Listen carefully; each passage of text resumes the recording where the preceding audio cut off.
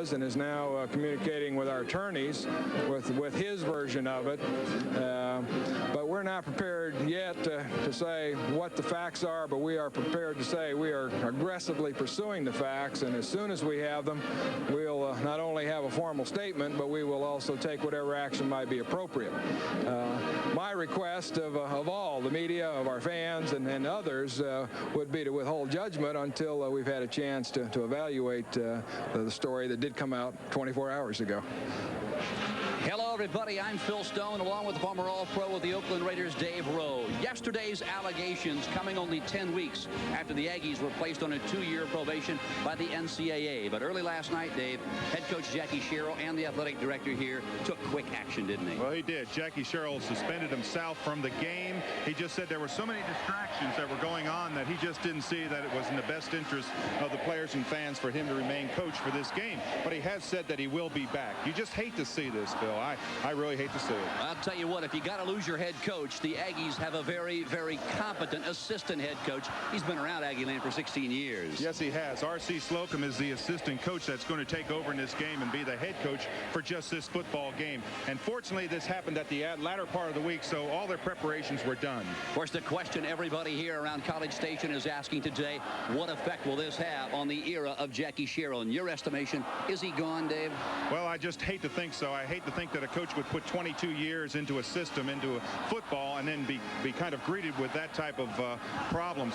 I think that really they've talked here, and it's been all speculation about the death penalty, further sanctions and everything. I think what we need to do is just play this football game as players are going to play it for Coach Sherrill, and just get on with it and let the other things just kind of weed their way out. Of course, for the Horned Frogs of Texas Christian, they are not without their problems. Head coach Jim Wacker yesterday suspended 3 of his players, including the Horned Frogs' leading scorer. Yeah, Lee Newman, the #1 kicker for the Horned Frogs, has been suspended. Now, these players were suspended for disciplinary actions. In other words, something like cutting class or something along that. You have to keep that you have to just keep that integrity, and coaches fight for that all the time. I talked with Wacker for a minute about it, and he said, I just have to keep my integrity amongst all the players. They're all treated the same. Well, for the Horned Frogs at quarterback will be senior Scott Ankrum. This is his last game as a Horned Frog, and I'd say he's got his work cut out for him, because the Horned Frogs have not beaten the Aggies here in College Station since 1967. Well, it goes back a long way, and Ankrum is a very versatile quarterback. You see his statistics there last week. He runs the ball. He's been a wide receiver. He's been a running back. Now he's a quarterback, a very versatile young man. And I thought last week he particularly played well, had good leadership. For the Horned Frogs defensively, they are going to be taking a look at the #2 running back in the nation. A fella who wears the Aggie uniform. His name is Darren Lewis, and what a sensational running back. And only a sophomore, Phil. My. He is an unbelievable runner, averaging 156 yards per game. Look at those stats. 5.8 yards per carry. And with this wind blowing as strong as it is, this could be a big factor today. I'll tell you what, the Aggies defensively showcase a pair of outside linebackers that I firmly believe could start tomorrow for any team in the NFL. Well, and Roper and Wallace, the Blitz brothers, they are the main pain of this Texas A&M defense. Look at that, 22.5 sacks between them. Well, today from College Station, Texas, it's the Horned Frogs of Texas Christian against the Aggies of Texas A&M. We'll be back to kick it off for you in a moment. Out of the south-southwest, gusting to 25 miles an hour. Thunderstorms are in the vicinity. It was showering early this morning. We're ready. Texas A&M will kick it away. It is Lane Talbot. He is a sophomore, and he lets it fly with the wind at his back. It is taken at the goal line by Reggie Davis, and he won't get much. Out across the 16-yard line where the Texas A&M 12th man team wrestles him to the ground. Tackle made by Trent Childress. There you take a look at Scott Ankrum. He will lead this Horned Frog attack, the senior from San Antonio. Offensively for the Horned Frogs, you look at the halfback, Darthard and Jackson. The flankers, Danford. Reggie Davis is the wideout. It is Darthard and Jackson the setbacks. There's the offensive line. A line that features 3 sophomores in Brett Alexander, Mike Sullivan, and Bill Elliott. Now the officials. Referee today is Frank Shepard. The umpire is Louis Schaffel. The linesman Bob Jones. You look at the rest. Coleman, Billy Walters, Roger Redding, and the back judge is Randy McAnally.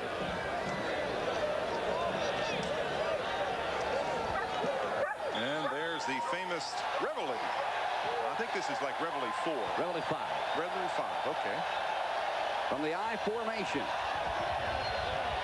The give is to Darthur, and he is out across the 30-yard line and knocked off his feet there by Joe Johnson, the inside linebacker on the right side. A gain of 14 for the Horned Frogs. Defensively, this is the way A&M aligns. They play a 3-4. Cole, Gilbert, and Price. They are the guys who are charged with confronting the front five of the Texas Christian offensive line. They're the linebacking core, and the defensive backs, Morris, Washington, Thomas, and Jones. Ankrum is lassoed by Terry Price. He'll gain 2. Now, Dave, in your estimation, what has Texas Christian got to do today? Well, let's look at the light must. They have to get off to a good start, of course. They have been outscored in that first quarter, 78-33. Have to eliminate turnovers. 24 fumbles. They've lost 18 of them. And, of course, stop Darren Lewis. He is the #1 threat that they have got to stop on defense. 2nd and 8. The tight end, Chris Thompson, is in motion. The give goes to the short side of the field. It is Darthur, and he is pushed out of bounds by Terry Price and Aaron Wallace. Well, look at that stats on Darthur. 4.6 yards per carry. You would think you could just give it to him all day. TCU could give it to him. And on the other side of the field, A&M could just give it to Darren Lewis. And we just go up and down the field, and whoever had it last would score last and win. Now, an obvious passing situation. We'll watch Roper and Wallace. In passing situations, they actually play a down lineman here in most situations. The give through the right side. It is Cedric Jackson, and he has way more than a first down. Gary Jones, the strong safety, brings him down, but not before he rambles for 13. And Phil, you would think that this is a definite passing situation, but with a 30-mile-an-hour wind in your face, you bring it down and you give it in there to Cedric Jackson. He makes a nice cut. They kept Roper and Wallace on the outside, and they were able to get the inside channel. A first down at the 45-yard line, just underway from College Station, Texas. There's the pitch. Tony Darthur. Ankrum almost threw it away. Darthur pulled it in and then ran for 4, maybe 5. Mickey Washington, the right corner, knocked him down. A pitch dangerously close to getting away. It really was. Ankrum has a great ability to fake and hold that ball right into the fullback's belly as he runs that belly series. And a lot of times it'll draw the linebackers, then he pulls it out, and the pitch is very difficult, but he's been very successful with that play. Ankrum, you look at his numbers here in 1988, only 1 touchdown pass, 5 interceptions. Pitch comes near side. Darthur's got some running room, cuts it to the outside, and is tackled there. And it was really the inability of Kelly, check that, Reggie Davis, or was it Kelly Blackwell? It was Reggie Davis, his inability to put a good block on Alex Morris. Morris fighting off the block to bring him down. Well, that was a good example of Ankrum's ability to fake in that line. It really draws the linebacker down, and then he pitches it outside. You were right. Reggie Davis has got to commit that block a lot quicker. If he doesn't, you won't get that cornerback. If they get him, they go another 10, 12, 15 yards. 3rd down in about 1. Give first man through. It's Cedric Jackson, the junior from Tyler Community College. John Roper with his first tackle on the afternoon. And Ron, excuse me, Phil, if you are Jim Wacker, this is exactly what you want to do. You want to be able to drive the football down the field, control the clock, don't give it to them. You've got the wind in your face. It's a perfect drive. Texas Christian throughout the year, Dave, has rushed the ball effectively. They're averaging over 220 yards a game on the ground. Tommy Palmer is now in at 1 running back spot. He's got the football, dives out across the 40-yard line down to the 39. Dana Batiste and Joe Jackson bring him down after a gain of 5. Boy, and I'll tell you, I can just imagine Jim Wacker on the sideline. He must be up on his toes, excitement about this. They were on their 15-yard line when they started. Now they've driven to Texas A&M's for almost 39-yard line. And out of the pro set. It is Palmer again as he moves the ball down near the 37. Palmer, the junior from Gilmer. Aaron Wallace on the tackle. A gain of 2 for Texas Christian. Now, let me tell you what usually happens here with A&M in this situation. Either Aaron Wallace or John Roper makes a big play. I think they're going to regroup a little bit. They're going to get their defensive team together just to talk it over a little bit. A&M calling a timeout with 12:07 to play here in the first period. Texas Christian coming into this ball game with a record of 4-6, 2-4 in conference play. We'll return to College Station, Texas with more in a moment. R.C. Slocum, the acting head coach today, filling in for Jackie Sherrill. Slocum has been an assistant here in Aggie Land 16 years. This is Texas Christian with the football. 12:07 to play in the first period. This is their 10th play of the drive. In motion, the tight end. Give first man through, Tommy Palmer. And he is brought down at the 35-yard line. And Phil, this is a big decision here for Jim Wacker. It's going to be 4th down and probably less than a yard. You're on your own. You're on the other team's 35-yard line. I think with the emotion of this football game, you've got to get in there and just get it going and go for it. He knows that they're the underdog coming into this game. Tony Darthert has checked in. Palmer is out on 4th down and 1. Let's listen.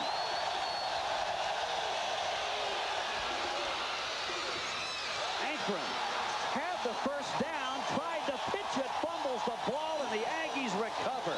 Oh my. A flag is down at the 30-yard line. You've got to wonder what Scott Ankrum was thinking. He had way enough for the first down. Ankrum is down on the field. It looked as on the tail end of this play, and we see Ankrum laying there. The staff is coming out. Well, let's watch, first of all, let's watch the play now. Watch the tail end of this. He makes a good fake into the line, pulls it out. Now he has to make it to the 39 right here. That's first down. Now right here, I don't know what he was thinking. All of a sudden he just started to pitch the ball out and got hit. He may not have been pitching it. He may have twisted a knee or something and put his arm out, but it looked like he was going to pinch to throw the ball. Aaron Wallace picked up the loose football. Ankrum is still down. He was in a tough position with that arm out. You know, we don't want to speculate as to what the injury is, but it might possibly be something in the upper, like a shoulder or something. He looked like he came down hard on that shoulder. Gary Jones is the one who hit him, the strong safety, the junior from Tyler, Texas.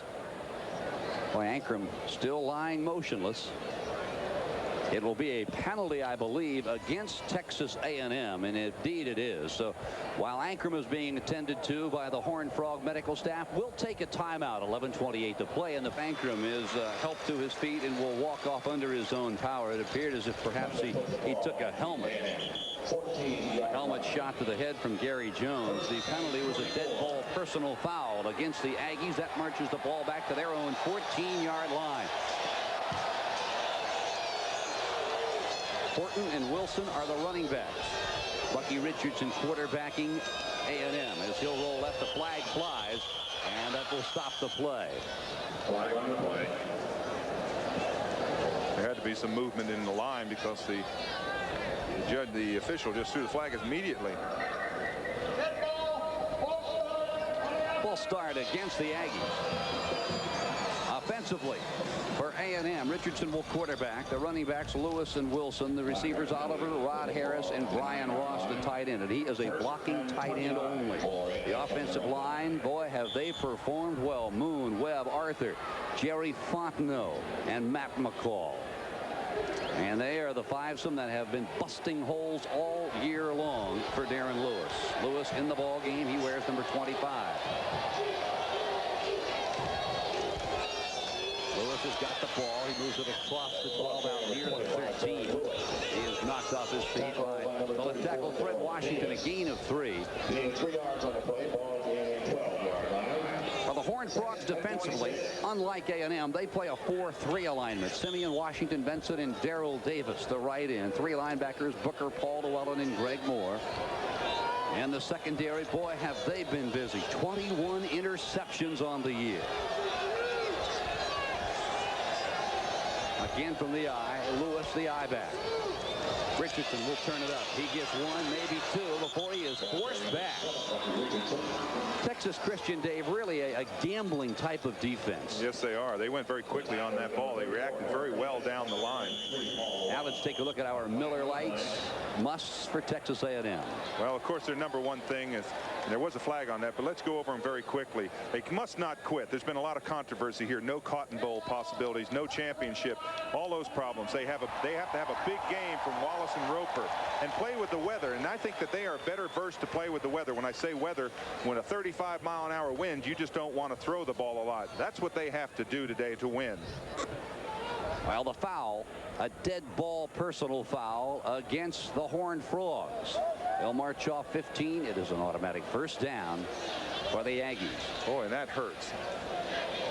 That really hurts. If you're Jim Wacker's team, you just don't want that to happen because it happened after the play. It was not part of the play. It's just when they say dead ball, that means the play is already over. And there we're looking at Scott Ankrum. You see that he has some ice up on the back of his neck.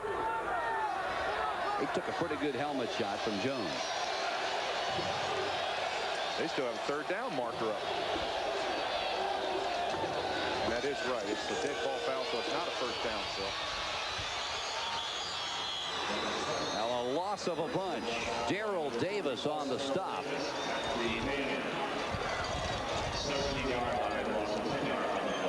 Had that been that penalty flag, had that happened during the play of the game, then it would have been a first down. But because it's a dead ball foul, they just march off the 15 yards, and it wasn't enough to give them a first down. That's the explanation on that dead ball penalty. Sean Wilson coming on to punt it away. As you saw, he's averaging 39 yards a punt. His longest this year, 58 yards. Philonda Newton is back at his own 42-yard line.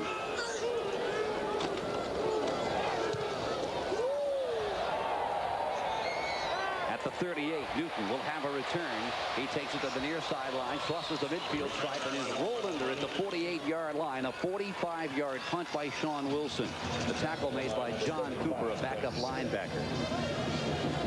Now let's take a look now at our Apple Roundup scores. Notre Dame all over the Nittany Lions in the second period, 14-0. Michigan over Ohio State, 17-0 in Columbus. And in the first period, Clemson out in front of the Gamecocks, 3-0. David Rasco has come in at quarterback for the Horned Frogs. Scott Ankrum apparently not able to go, at least just yet. Rasco, the senior from Westchester High School in Houston. The setbacks, Darthard and Jackson. In motion, it is Jackson to the far side. Darthard's got the football, and he is surrounded by Joe Johnson. Surrounded or engulfed? I think he was more engulfed there as Joe Johnson stepped up there. He's about 215 pounds, and he just swallowed him. Second down and 8, and now the Frogs go into the I formation. The I back is Darthard.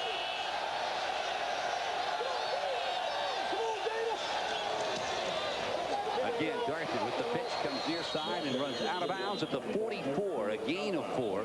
John Roper chased him out, and that's reason enough alone to hit for the sidelines. And I can tell you the adjustment that TCU is going to have to make if they do stay with Rasco. And now they're going to go into their hurry-up offense. That what you try to do there is disrupt the defensive flow of the game. Don't let them make the changes. And they're going into hurry-up. Reggie Davis split wide to the left. Man-to-man defense now by the backfield of Texas A&M. Long count by Rasco. Darthard's got running room across the 40 to 35 and is out of bounds at the 30-yard line. Chased out by Mickey Washington and Gary Jones. And what a block by Kelly Blackwell.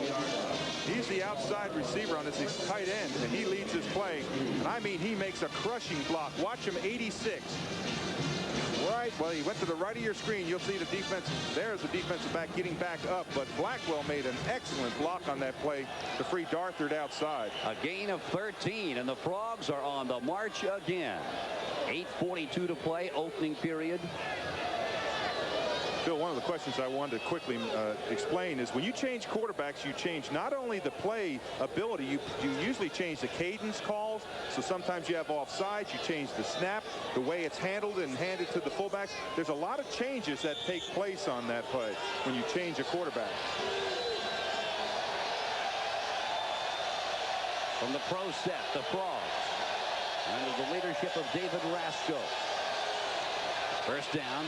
First pass of the game. Rasco complete to split in Reggie Davis. The senior from Jasper has got it, his 12th catch of the year. And he is taken out by Washington. And Gary Jones, another gain of 13. And once again, Texas Christian going into their hurry-up offense. There you take a look. Pittsburgh over North Carolina State. 3-0 in the first period. Now the Frogs trying to get on the scoreboard first. Jim Wacker, in 6 years at Texas Christian, has yet to beat the Aggies. 0-5.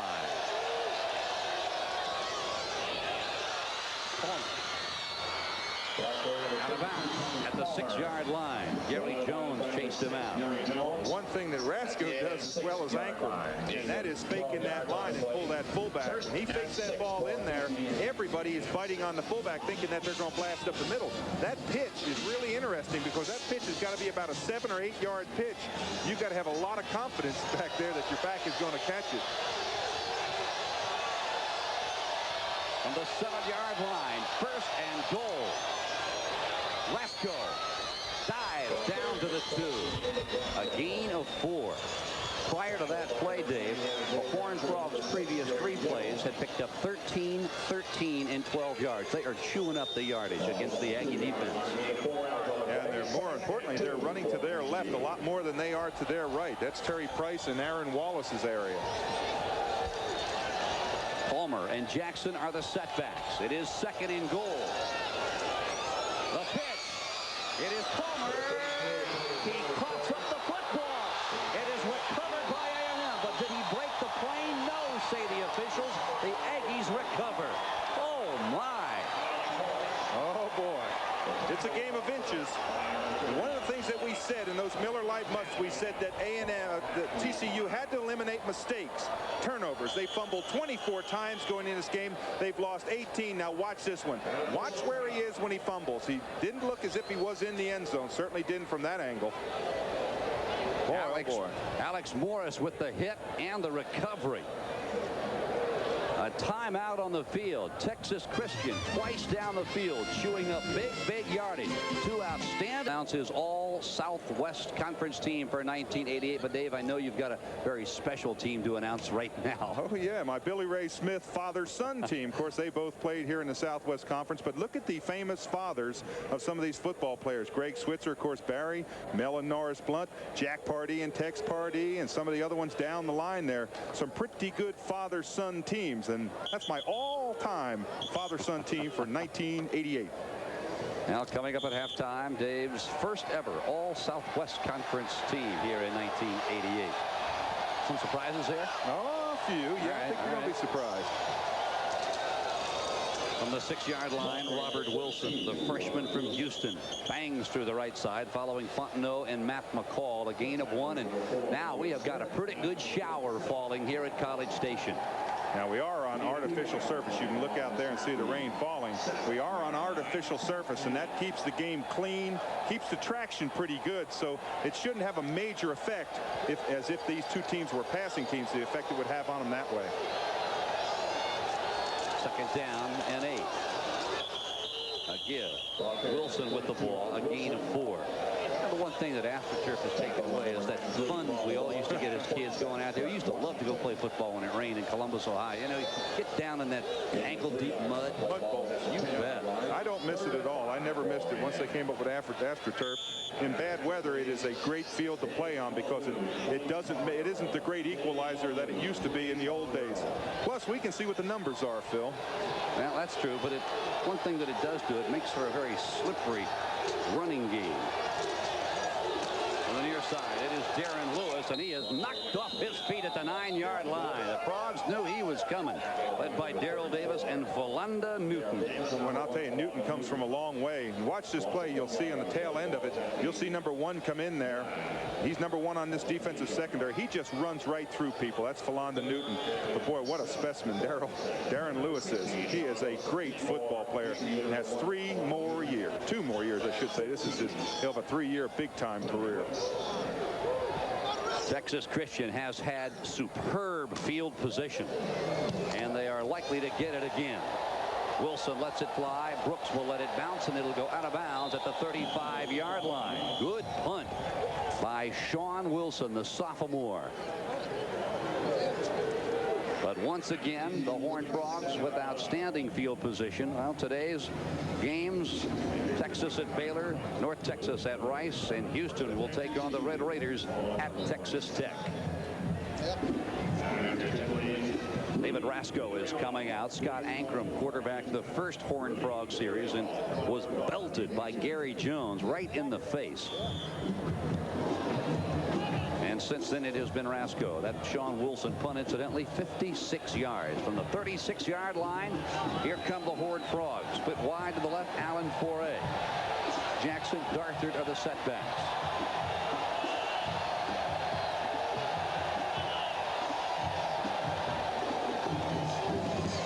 That's Darthard across the 40 and knocked out of bounds. Alex Morris, the senior left corner from Arlington, takes it out after a gain of 4. 5:54 remaining in the first period. No score from Kyle Field here in College Station. And Phil, here we go with that hurry up. You can see there that Rasco calls the plays out to his wideouts and then calls it to his line, and they go in that hurry up offense.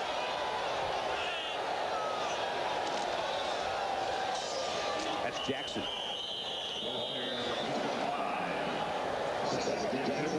Phil, one of the players that really has to play well today in that middle is Dana Batiste. Number 48, he does. He slides nice there, keeps square into the line, gets a little bit to the side, but he is an excellent football player. And now the rain really begins to pound down here at Kyle Field. They don't think so, do they? You can see the flags in the background just straight out. It's raining hard, as you say, but the wind is blowing probably 30 miles an hour. There's the measurement. Looks like it's a first down to me.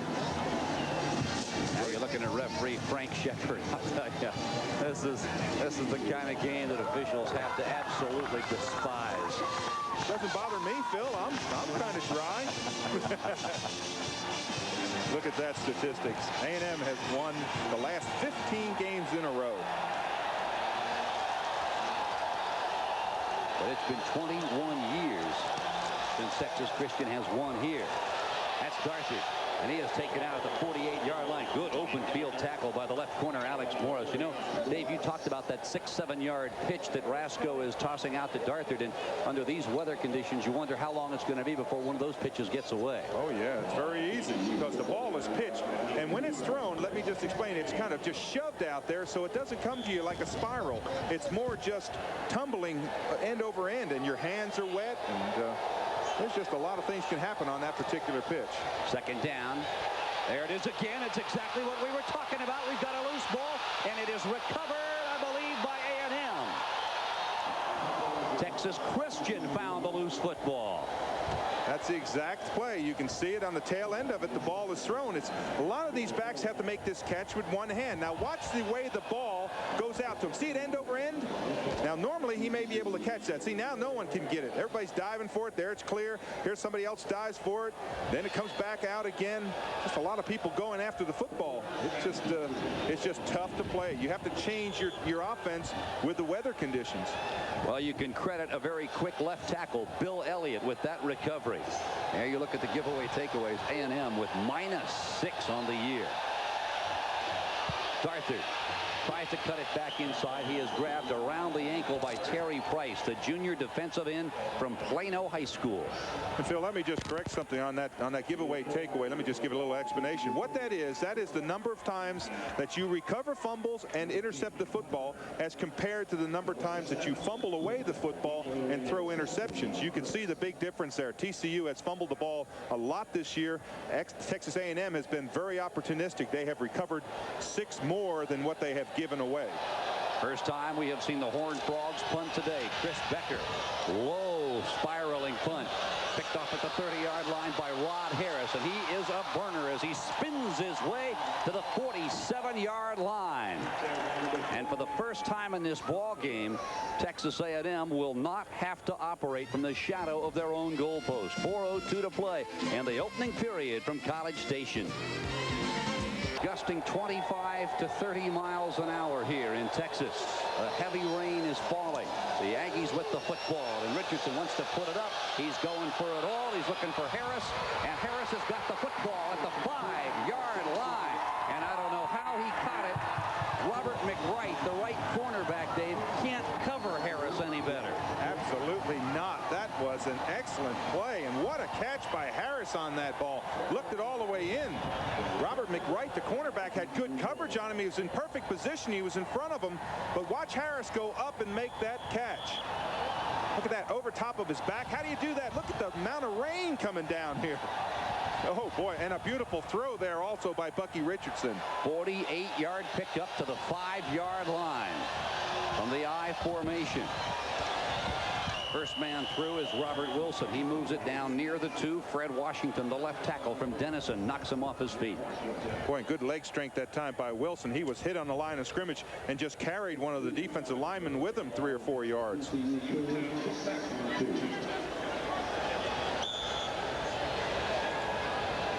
This is when you call on those big front linemen. I'd look for him to go behind Fontenot and MacArthur in the middle, maybe McCall. There's Bucky Richardson coming to the line. Second and goal, Aggies. They're looking for Lewis. Richardson rolling right. Touchdown, Aggies.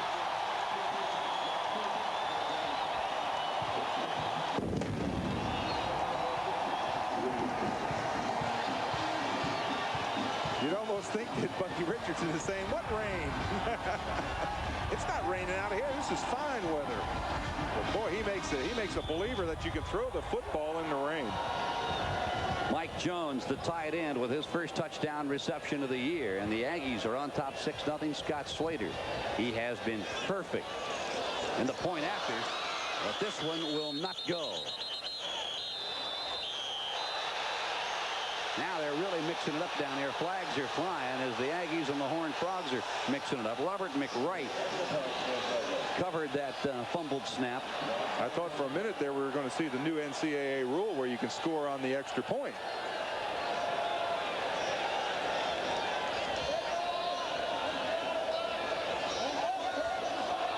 Personal foul, dead ball, unsportsmanlike conduct on both teams. Well, watch the way the ball comes in. The holder never really catches the ball. It just slips right between his hands. That's Bucky Richardson. Now, had that ball been able to be picked up, of course, he was down at the time. But had that ball been able to be picked up, it could have been scored. Now watch this play right here. They're going to just burst through here. All of a sudden, Richardson fakes, and now look in the back of the end zone. You see him wide open, waving his hands back there. Just throw me the ball. There's Mike Jones in the back of the end zone. And I'll tell you, Richardson has thrown the ball very well with this rain. Now Texas A&M out to a 6-0 lead in a game that if you were strictly going by rights, Texas Christian ought to be out in front 14-6 at this point. Well, they certainly should be. You see there's a 3-yard scoring drive, but the big play was that 48-yard pass that Rod Harris hauled in down to the 5-yard line. But you're right, TCU should be in this football game, probably 10 to 14 points they should have scored. But A&M with their great defense, and they have not quit. They're not a bunch of quitters out here. These boys know how to play football. Capita bouncing kick picked up at the 22-yard line, across the 30, out across the 35. Good return by Scott Ackroyd. Tackle made by Kirk Pierce, one of the 12th man kickoff team here at Texas A&M. A tradition that goes all the way back to 1922. Yep, this is the home of the 12th man. That's what they call this. It's called Kyle Field to some, but it's also called the home of the 12th man. Now Rasco continues at quarterback for TCU. They have the football at their own 35-yard line. Don Danford goes wide to the left. He is at the top of your screen. Short drop for Rasco. He throws. Kelly Blackwell, the tight end, has it in the 43. William Thomas and John Roper on the stop. And Phil, that looked like a simple little play, but Rasco did something very unique on that play, or the thing that you have to do. Let me just say that. When he found Blackwell on that play, he looked to his primary receiver. He was covered, and he was able to come off and find a secondary receiver. And that's what you have to do when you play quarterback. Second down and 1. That's Darthard, and he has enough for the first down out at the 47-yard line. Aaron Wallace on the tackle with help from Terry Price. Now, you talked at the outset, Dave, about the Blitz brothers, Roper and Wallace. You look down at the top 3 tacklers on this Aggie defensive unit, and they're all 3 linebackers: Dana Batiste, John Roper, and Aaron Wallace. And that's really the way that Jackie Sherrill has built this defense. It is primarily a linebacker-oriented defense.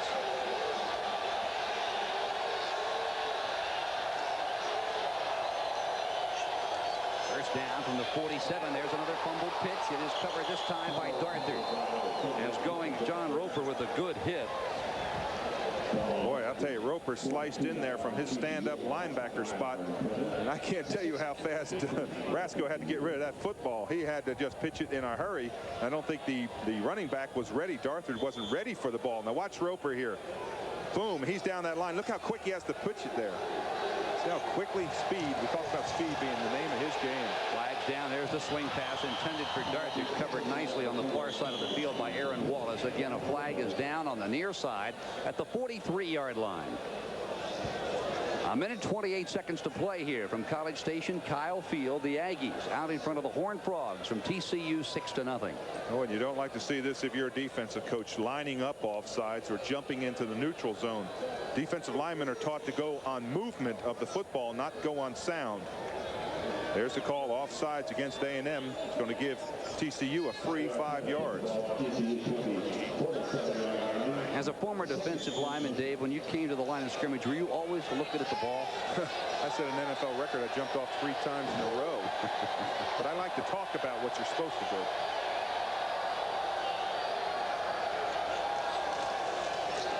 Darthard cuts it to the outside across the midfield stripe down to the 47. He had William Thomas all over his back. Thomas simply couldn't get enough jersey to pull him down a gain of 6. Well, the difference in great running backs, and you can look at Darren Lewis and of course look at Tony Darthard with his statistics, and that is leg strength.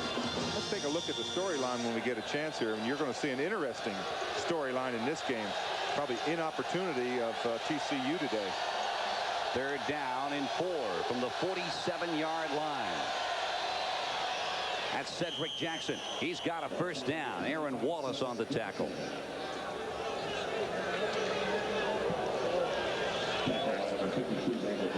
Now here is the storyline. You look at Texas Christian. 98-yard rushing. They have been deep in Aggie territory 2 times and have come up empty, losing the football on fumbles. And that was one of the big Miller Lite musts. They must not turn the ball over, and they've turned it over twice. 45 seconds to play, opening period.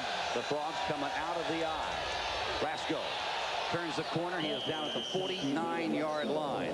Adam Bob with help from Mickey Washington. I was trying to think whether they really respect John Roper that much and enjoy running towards Aaron Wallace. Now, if it was just John Roper out there or just Aaron Wallace, you say, okay, we can run away from him. Now, they have been running a lot more to Aaron Wallace's side. But boy, his statistics are just as good, almost as good as John Roper. Second down and 7 now from the 40-yard line. Rasco hasn't got much. You talk about Roper and Wallace. They play the outside linebacker, both left and right. The first quarter comes to an end. We'll be back after these messages from your local station. Texas, where after 15 minutes of play, those are the damages. The Aggies out in front of the Horned Frogs of TCU 6-0. TCU with the football. It is third down and 5. With running room, it is Cedric Jackson. He has a first down at the 29-yard line. Terry Price, the defensive end, on the tackle. A gain of 8, and the Frogs simply continue to pick up big yardage.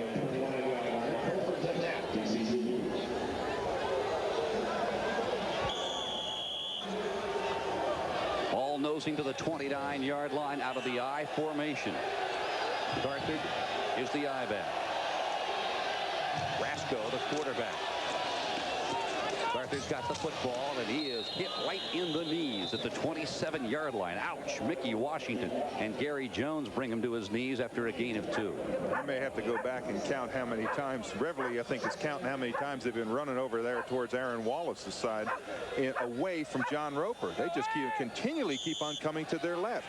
Let's take a look at the Apple Roundup. Oh, I hate that first one. Well, Penn State finally on the board. Notre Dame took a quick 14-0 lead. Michigan stepping it out over Ohio State. Boy, John Cooper taking a lot of heat in Columbus. And the Battle of South Carolina seems to be going Clemson's way. Brasco with room. He'll take it out of bounds near the 20-yard line. I believe he'll be just shy of a first down. Gary Jones ran him out. Boy, I remember last year Jones had a 54-yard interception return for a touchdown against TCU. Boy, it's been a long time, David, since the Horned Frogs have beaten the Yankees. Got to go back 15 years since they have beaten them, and at that point they beat them in Fort Worth. But last time they beat them here in College Station, I was 2 years out of high school. Where were you in '67? I was a senior in high school. I mean, excuse me, senior in college. I shouldn't say high school. Got to have a measurement here. This is pretty close. They had to bring a change all the way across the field. First down. How many years were you a senior at Penn State? One. Got to be careful. That's a big guy I'm standing next to. That's right. I was 31 when I graduated. Now you look at R.C. Slocum. He is the acting head coach today. Jackie Sherrill, if you have just joined us, suspending himself for this game in light of the allegations made by a former fullback here at College Station, George Smith. Now the measurement, it is a first down for TCU. They trail 6-0. That's Darthur as he again goes to the left side, following Rob Adams and Bill Elliott. Now John Roper saying to himself, if they continue to do this, I'm not going to get any tackles today. They have run to the left at least 4 or 5 plays to every one that they run to the right. Every once in a while they run one towards Roper just to kind of keep it honest, but they just have not run to their right in this entire first part of the game. Now this time they do. Rasco stepped right through an ankle tackle by Roper. A gain of 5 down to the 13-yard line. Well, in the first period, I'll tell you the statistics, no surprise at all, but look at the yards rushing. Unbelievable. Really is. But one statistic that's not on there, you see the total yards 125 to only 52 for A&M. But the one statistic that's more important is that it's 6-0 for the A&M Aggies. Third down and 3. Nothing doing. The give is to Cedric Jackson, and he is stacked up by Basil Jackson. Now a big decision. Do you kick a field goal here on 4th down, or do you go for it? That missed extra point, Phil, is very important, because what it does is it doesn't allow you don't have just that continual run with that 7 points. Touchdown here and you're back in the lead. And we have a new kicker, by the way, Phil. Yep, his name is Phil Keeler. He is a sophomore walk-on from Dallas. He is replacing the suspended Lee Newman. This one will be from 29 yards out. And Keeler, no, it is wide. Oh, my. Now Keeler, this is only the second time in his Horned Frog career that the sophomore has made a road trip. You don't think he's rattled? 12:15 to play in the first half. We'll be back. Well, Phil, this is what happens when you miss. When you just don't follow through. As you said, he's a nervous young man today, first time. But see, just kind of chip shots it. He knew it right away. Look right there. Oh, no, I knew it. And Keeler's first kick is going to be one that he will not forget. You just have a hard time driving that long down the field, not coming up with anything. That takes a lot of momentum, a lot of steam out of your offense. Now Chris Osgood has gone in at quarterback for Texas A&M. Richardson is out. That's Rod Harris in motion. Osgood pitch comes to the near side. It is Darren Lewis. He is on his feet across the 37-yard line and knocked down by the inside linebacker, Paul Llewellyn. Well, Llewellyn Llewellyn is a huge linebacker. Yes, he is. Now watch the school that he's got out in front of him. There's the tackle. There's the guard. He's got McCall out in front of him. And there Lewis makes a nice cut right there. If he doesn't get tackled right there on the backside by Llewellyn, who's playing the middle linebacker, he's going to run a long way. Darren Lewis may have been shook up on that play, Phil. I noticed he didn't get up and run back into the huddle. He has come out of the ball game standing on the near sideline. There you see Darren Lewis. He had an ankle injury coming into today's game, but it was diagnosed as not severe. It is first down. The ball at the 38-yard line. The give is to Robert Wilson. He is a high school freshman out of Houston, and he is taken down by Fred Washington. Now the rain has stopped here at Kyle Field. I understand thunderstorms are in the vicinity, and we are under a tornado watch here until 7 o'clock tonight. Time's your flight leave? 7:01. Lewis has gone back in. Splitting out wide to the left is Gary Oliver. In the slot, Rod Harris. That's Wilson. A first down to the 49-yard line. Philonda Newton. Boy, and watching that matchup with Jerry Fontenot and Fred Washington, that is quite a matchup. Fontenot, I think, is one of the premier tackles in the country, not only in the Southwest Conference. Great leg drive. When he comes off the football, he just explodes off the ball. Well, we invite you to stay with us at halftime. Dave Rose, all Southwest Conference team for 1988. First down, Aggies. That's Lewis. As he tiptoes into the line of scrimmage, he is met head-on by Mitchell Benson, a senior out of Eastern Hills High School in Fort Worth. Jordy Reynolds also on the tackle. And Fontenot, now he's on the backside of this play. His play is just to turn the man out, get that inside position. But he's got all the tools that you would want in an offensive lineman, and he certainly will be a high draft choice in the upcoming NFL draft. Great leg drive, good pass blocker, nice balance, and a really super nice kind of person to talk to. He's a real joy to talk to. Second down and 10. 6-0 Aggies. Harris in motion. The pitch comes to the near side. It is Lewis again. He will not turn the corner and will be tackled for a loss. I thought I saw illegal motion there. I saw one of the offensive guards move, and I thought I saw the defensive man jump inside. Now, I may have been seeing something. Now, look right there. See, there's the defensive man. Look right there. He's offside. They haven't snapped the ball yet. Wait a minute. Boy, now bright sun here at Kyle Field. Texas A&M third down conversion today, 0 for 2 on the year. The Aggies 44% on third down. And Osgood, not quite the runner that Bucky Richardson is back there. He doesn't have the average that Bucky Richardson has on the ground running. 3rd and 12. Lewis on the draw. He is met at the line of scrimmage and pulled down there. A gain of maybe 1. Jordy Reynolds, who is backing up Greg Moore as the right side outside linebacker.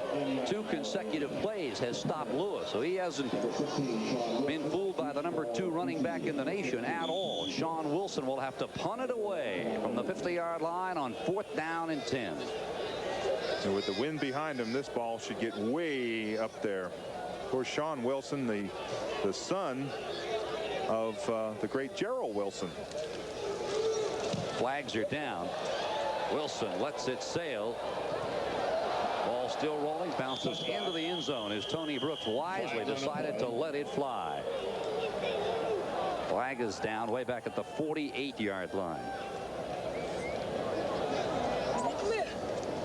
Now let's see who it's against. If it's against A&M, you can bet they'll have him punt it again, and it is.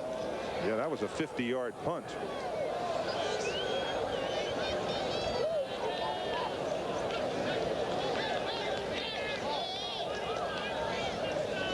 Wasn't Gerald Wilson out of Mississippi State? Wasn't that where he was out of? I'll quiz you a little bit. Of course, a great punter that he was from the same school that Ray Guy was from. And by the way, they are going to decline it. An interesting call. Now that's somewhat surprising. That's the situation. 8:48 to play in the first half. We'll return with more in a moment. What? Bocce Koch. He was the Southwest Conference's first consensus All-American from Baylor back in 1930. In fact, Newt Rockne one time said he's far and away the best guard I ever saw play. And you can see some of the great names that I've picked out here for my Bocce Koch Memorial All-Name team. Juju Harshaw, Bobby Jack, McKidrick, Otha, Willie Mack Garza, Adam Bob, Philonda Newton, and of course, Billy Joe Tolliver. Great names. Bocce Koch. Bocce Koch. Fresco almost tackled for a loss, moves it up across the 26, out near the 27, a gain of 6. Mickey Washington on the tackle. Did Newt Rockne tell you that Koch was far and away the best guard he'd ever seen? No, but I'll tell you, there was another guy, Amos Alonzo Stagg, who said he was by far the best he ever saw play. I mean, that's some pretty heady company there. Yes, Newt Rockne, Amos Alonzo Stagg. Gosh. 8 minutes, 19 seconds remaining in the first half. Fresco turns the corner. He'll hold on to the football. He bounces out of bounds at the 34. But before he went out of bounds, I'll tell you what, he bounced head on into Gary Jones. We pause briefly for station identification. This is the Raycom Sports and Entertainment Network. This is Channel 8, WFAA-TV, Dallas-Fort Worth. Phil, you will remember that name for a long time, Bocce Koch. Bocce Koch. That's a great name. I used to say, gotcha, Bocce Koch. That's Arthur going into the line behind Rob Adams and Bill Elliott. I'll tell you, we've had a lot of fun this year with the Southwest Conference, and I've really enjoyed it. It's been fun. It's also fun picking my all Southwest Conference team. Now that's coming up 7 minutes and 53 seconds from now. You're looking at David Rasco, a senior from Houston. Rasco wants to put it up, and he will not unload it. The ball is on the turf. It's recovered by the Aggies.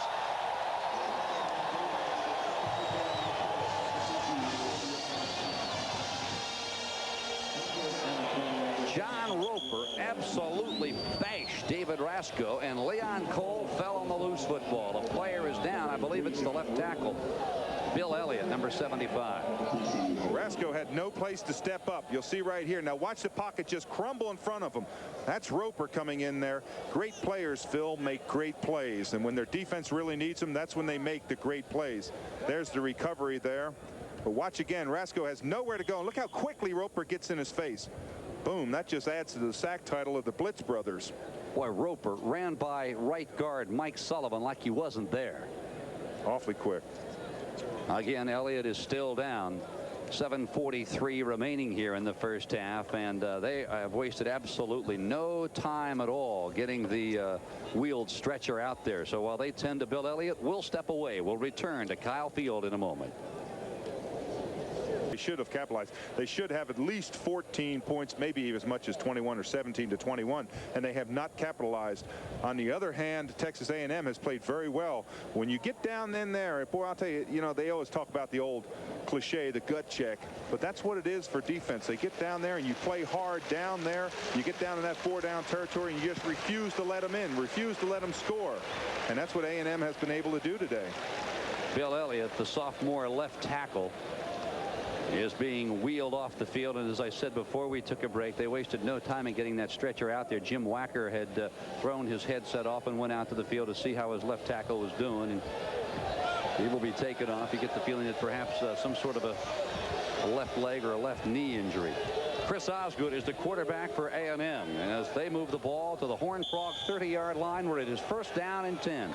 7 minutes 43 seconds remaining in the first half. The Aggies on top 6-0. Lewis cuts it inside and is tackled at the 25-yard line, a gain of 5. Roosevelt Collins back up left end. Freshman redshirt from Shreveport on the tackle. Yeah, I look at this A&M offense as we look at the attack there. There's the total plays and the yardage.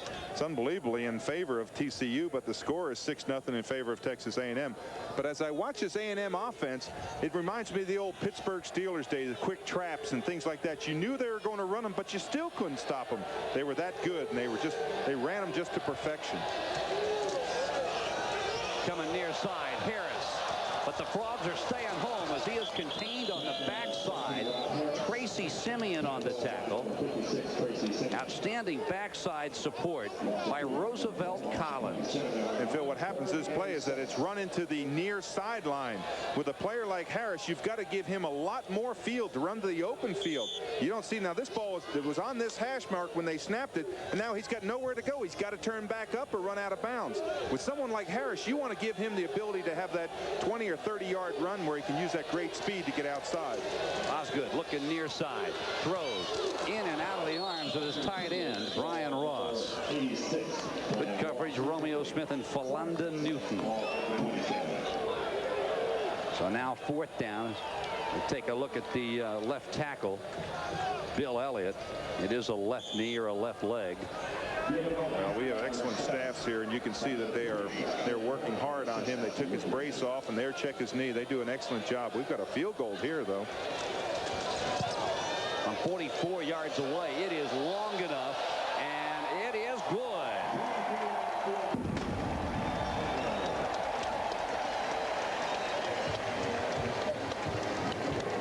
Scott Slater gets it to go, and now the Aggies are out in front 9-0. This was into the wind. This ball had a lot of leg. The wind just seemed to die down a little bit. And watch this ball. It's on its way. It's true all the way. Had to go a little bit to the left. He hooks it nice, the natural curve of a soccer style, and you can see right behind the goalpost they catch it. And there's young Scott Slater saying, "Woo, I made it." That's a good kick into this type of wind.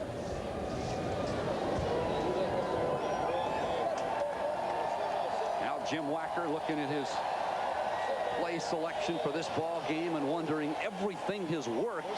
How can we be behind 9-0? You talk about how bright it is here, and you're right. Look at the clouds that are coming this direction. I think we may get a little rain shower here, but you're right. TCU, they've played well. This was one of the Miller Lite musts that we talked about. They had to get off in a good start, and they did. They've driven the ball well, but they haven't been able to score. You see there the drive, 2 plays, only 3 yards. Of course, then capped by that 44-yard field goal. But they just have not been able to get in the end zone. It's a credit to Texas A&M, but it's kind of more of a discredit to TCU. You've got to be able to score when you get those opportunities. Now the Aggies down on that 12th man team out on the field with their palms pointing them toward the heavens, saying, "Come on, fans, get behind us." There's the 12th man. Calvin. Little Nubber at the 20, ball still loose. Horned Frog small on it. Tommy Palmer finally covered it. Tommy Bolcherek was in the neighborhood for the Aggies. Now we're looking at the Miller Lite musts again for TCU, Dave, and Jim Wacker's saying, "Dave, I see your musts. I agree with them. We've done all of those things except stop the turnover." Well, now they got off to a good start, but good start means that you have to convert, eliminate turnovers, and we've had turnovers by TCU, and they've really hurt them. Stop Darren Lewis. That's the one thing that they've been able to do so far. He hasn't run as we thought he perhaps might, but it's still early in this football game. That's Darthard. And again, the Frogs eat up big yardage against this defensive unit of the Aggies, a defensive unit that ranks 2nd in the conference against the rush. Notre Dame continuing to lead Penn State 14-3 in the 3rd. Boy, the Wolverines all over the Buckeyes in Columbus, 27-0 in the 3rd.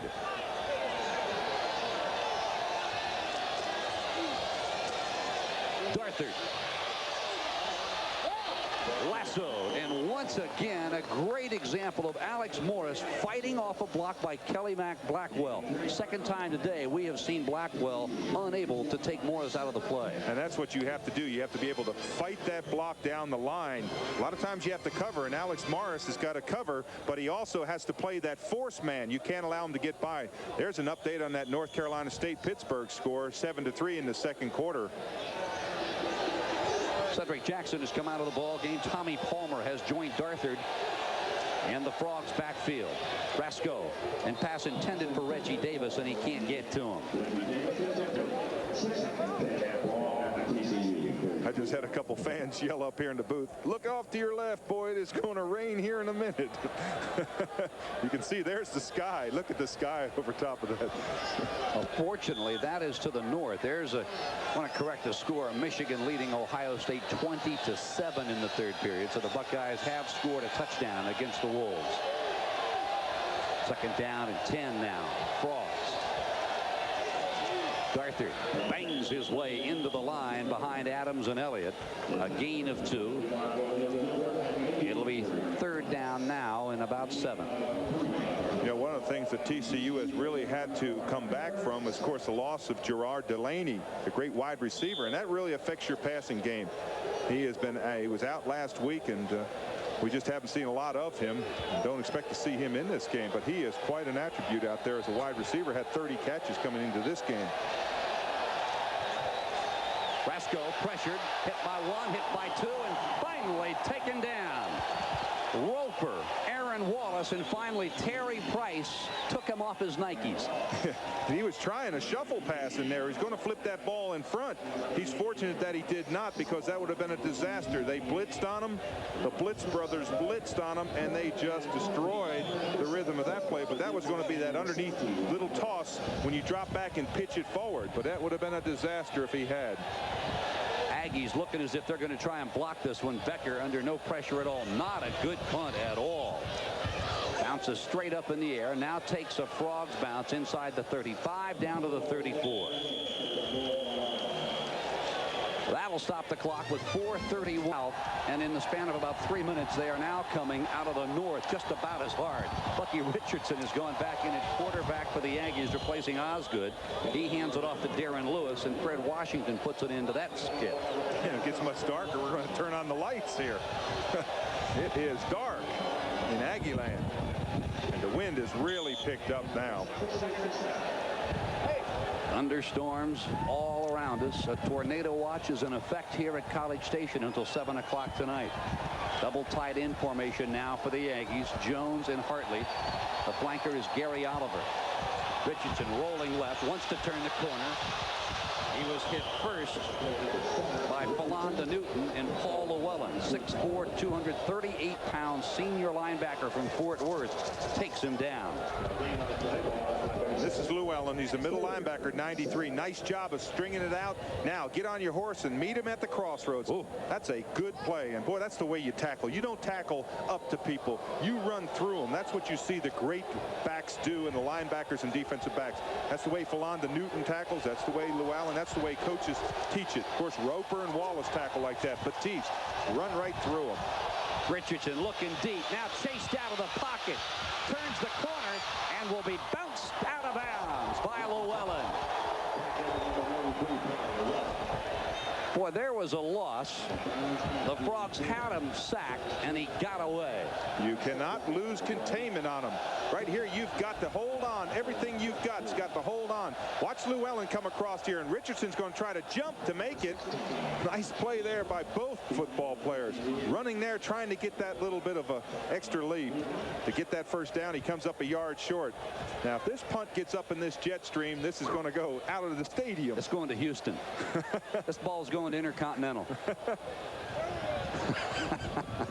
4th down and 1. With a 20 to 25 mile an hour wind at his back. And does he get it up in the jet stream? I'll see you later. 57-yard punt. It's still rolling. It's going almost to the track where the cadets are standing. Phil, that ball has to be laying. It had to come to rest at least 100 yards away. That is an unbelievable kick. It just kept on bouncing and rolling. That one did, as you said, got up in the jet stream. 3:04 remaining in the first half. Texas A&M with a touchdown and a field goal leads it 9-0. Boy, there is a look at that front that's sitting right over Kyle Field. Jim Wacker, he could care less about the weather. Brasco comes near side. He's got his tight end, Kelly Blackwell. For Blackwell, his 19th reception of the year, and he is hit by Mickey Washington. And again, the Frogs will go into their hurry-up offense with 2:55 to play in the half. And Phil, it's a lot easier to pass into the wind than it is again with the wind. A lot of people don't realize that, but when you're a quarterback that has a strong arm, you can drive the ball in there with accuracy. The touch quarterbacks with the wind have a hard time judging because the ball takes so much more of a flight. Boy, Rasco, with Dana Batiste in his face, had no chance to find Blackwell on that pass. Dana was sitting back in that linebacker spot, and he just blitzed on his own, and boy, he ripped up through there. Rasco was lucky to get rid of that football.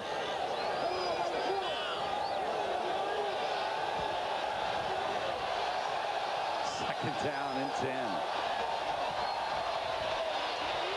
As Jackson fumbles the football at the 35. Was his knee down? I believe referee Frank Shepard will say yes.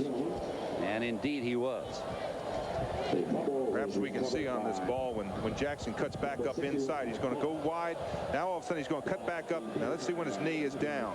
That was awfully close, but it looked as if his knee was down on that play, and that's what the official ruled. His teammate Mike Bulla, the left tackle out of Colleen, made the recovery if in fact it was ruled a fumble. Third down and 5. Frogs would love to convert here. Flag is down. So is Cedric Jackson. Boy, and I can tell you, if A&M lined up offsides, their coach, Mr. Slocum, is going to be quite upset. But I think that's going to be the call. Someone was upset or lined up, or else it was illegal motion. There was something along the line. I think that's what the call is. Illegal motion is going to go against TCU. And that will bring Chris Becker on. And indeed, you are right, Dave Rowe. Illegal motion. Frank Shepard letting Jim Wacker know about it. But Becker is on. Coming into this ball game, Chris averaging 41 yards an effort. Back 11 of his 66 punts. Sailed 50 yards or more. No, you don't. Straight up in the air. You don't want to kick it up on that one. You've got to do a line drive punt on that ball. You've got to kick it downfield. It's got to be line drive. And that time Becker kicked it up in the air. The wind got into it and just blew it off the side, and that's going to be his biggest disappointment so far. A 14-yard punt. And you give the Aggies the football at the midfield stripe with 1:46 to go half the length of the football field. The Aggies on top, 9-0. And Phil, we see in the backdrop there, they have turned on the lights. I knew it was getting dark here. Richardson, the quarterback. And everybody jumps. Richardson doesn't have the football, though. Now, there's a case, Dave, where obviously the call was correct. The center got it wrong. When you've got that many guys around the center jumping, the center simply forgot the snap count. Well, the center can't be offside, though. True. That's one thing he can't do. He can hold, he can leg whip, he can trip, he can do everything, but he can't be offside. So don't blame Mike Arthur. There's the penalty situation. A&M 4 for 30. But the story in this game has been turnovers. 3 by Texas A&M have taken them out of this game in the first half, in a game that statistically they are winning hands down. Lewis turns it in. He's across the 35, correction, the 45, down near the 40. Andre Spencer, the senior left corner out of Los Angeles, brings Lewis down. A gain of 19, correction, 14. Hard to believe that this young man is just a sophomore, but boy, he lines up his blockers. Nice, good stiff arm there. Gets out, lines up another block. See how he sets up his blockers? That's what's so nice about the way he runs the football, is he sets up his blockers. What he does is he allows them to get the block, and he takes an angle which brings him back and gives them a good angle to block on. Aggies will call a timeout to stop the clock with 1:09 to play here in the first half. I'll tell you, talk about Texas A&M. What a schedule they have played this year, Dave. You and I did the kickoff classic from the Meadowlands way back on August 27th. Since then, they played Louisiana State, Oklahoma State, and then, of course, in conference, they had to go up against Houston, whom they beat 30-16 at Houston. In fact, every team that A&M has lost to is on their way to a bowl. Well, one thing, and I think it's a real tribute to the A&M team, is that, and this A&M staff, is that they want to be up there in the nationally ranked teams. And if you're going to be up there with the nationally ranked teams, you've got to play top flight teams.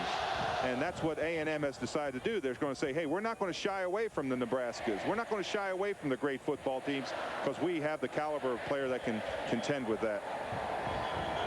Al Dave's all Southwest Conference team is coming up in just a minute and 9 seconds. And as we look to the north here from high atop Kyle Field, we can see that a monsoon is falling about a mile north of here, and it is on its way. I think it may be a fog. No. That's Lewis crashing across the 40-yard line near the 37. A first down. Mitchell Benson, the right tackle, on the tackle. A gain of 4 for Lewis, and now it's the Aggies in the hurry-up offense. Now they make their quick changes, and this tries to disrupt the defense. Don't let them make their changes. Make the quick play calls and utilize the timeout. You remember A&M had to call a timeout early, and that kind of hurt, having to give up one of those valuable timeouts. Richardson throws the out. Oh, man, pass intended for Larry Horton, and on top of him instantly was Greg Moore, junior right side linebacker from Huffman. Stops the clock with 57 seconds to play. You know, there's one thing nice about controversy. I know we've had a lot of controversy. There's no controversy down there amongst those 22 players. They're playing their hearts out. They want to play football, and all the outside periphery, it all vanishes, and we're going to decide this game on the football field. Second down and 10. Richardson putting it up.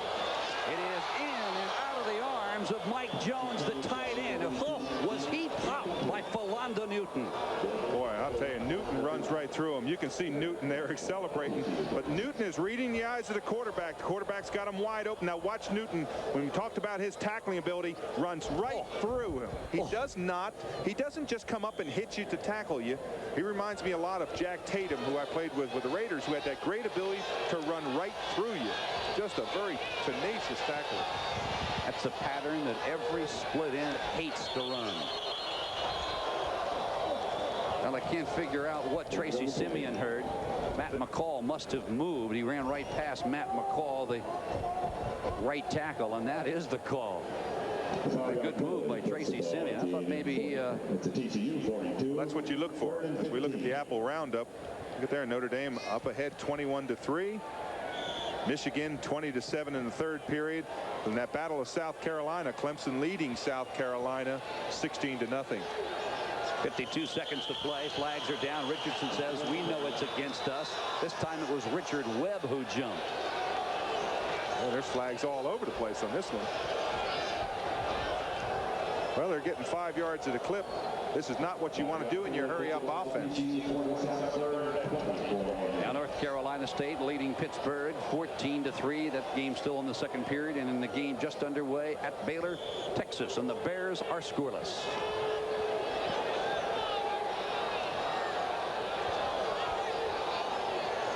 So now it is third down and 20 from the 47-yard line. Richardson throws. It is cut by Harris, and he goes out of bounds at the 20-yard line. Rob Harris with the reception.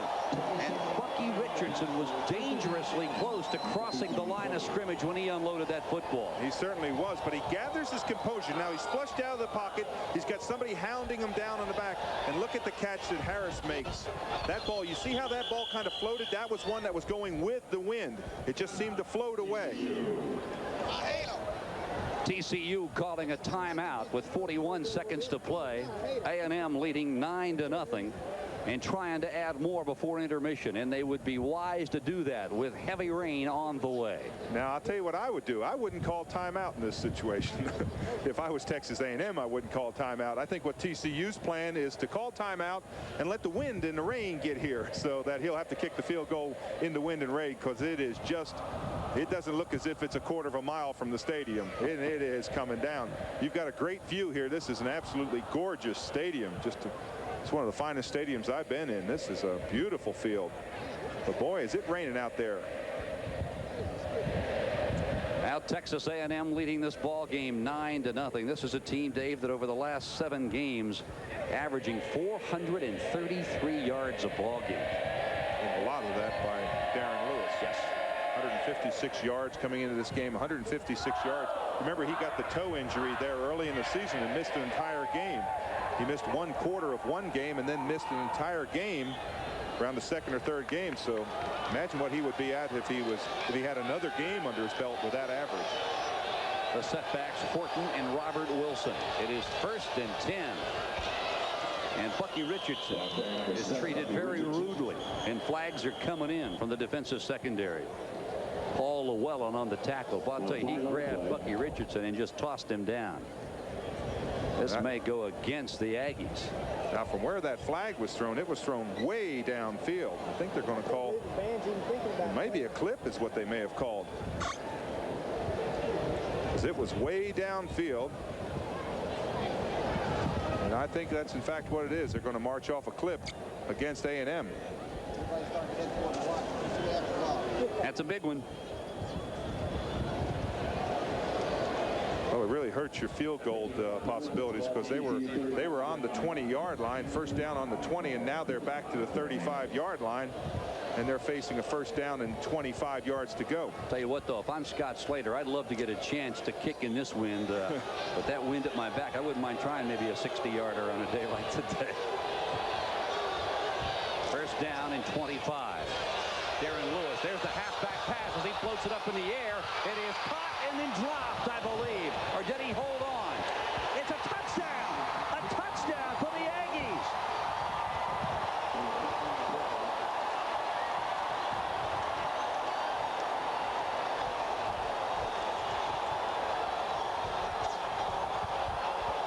Unbelievable play. A flag is down. I believe it is going to be against Jim Wacker as he ran all the way down to the goal line to protest that call. Gary Oliver, the ball was batted around. Two Horned Frog defenders hold everything. They may be taking this one back. Yeah, they are. They're bringing it all back to the 35-yard line. Now we'll have to wait and see what the call is. Flag is down, way down, outside the field of play on the opposite side of the goal line. They're saying that's an ineligible man downfield, and that negates the play. And there is the personal foul against TCU. So that is what they will do, is they're going to bring that play all the way back, and they're going to penalize them for the illegal man downfield. Now what happens here is one of his linemen must have gotten downfield. Now that's hard to believe. Now watch number 40 come into your picture. Watch him go up after this football, and you can see right there he somehow holds on to it. Now look, it's up there.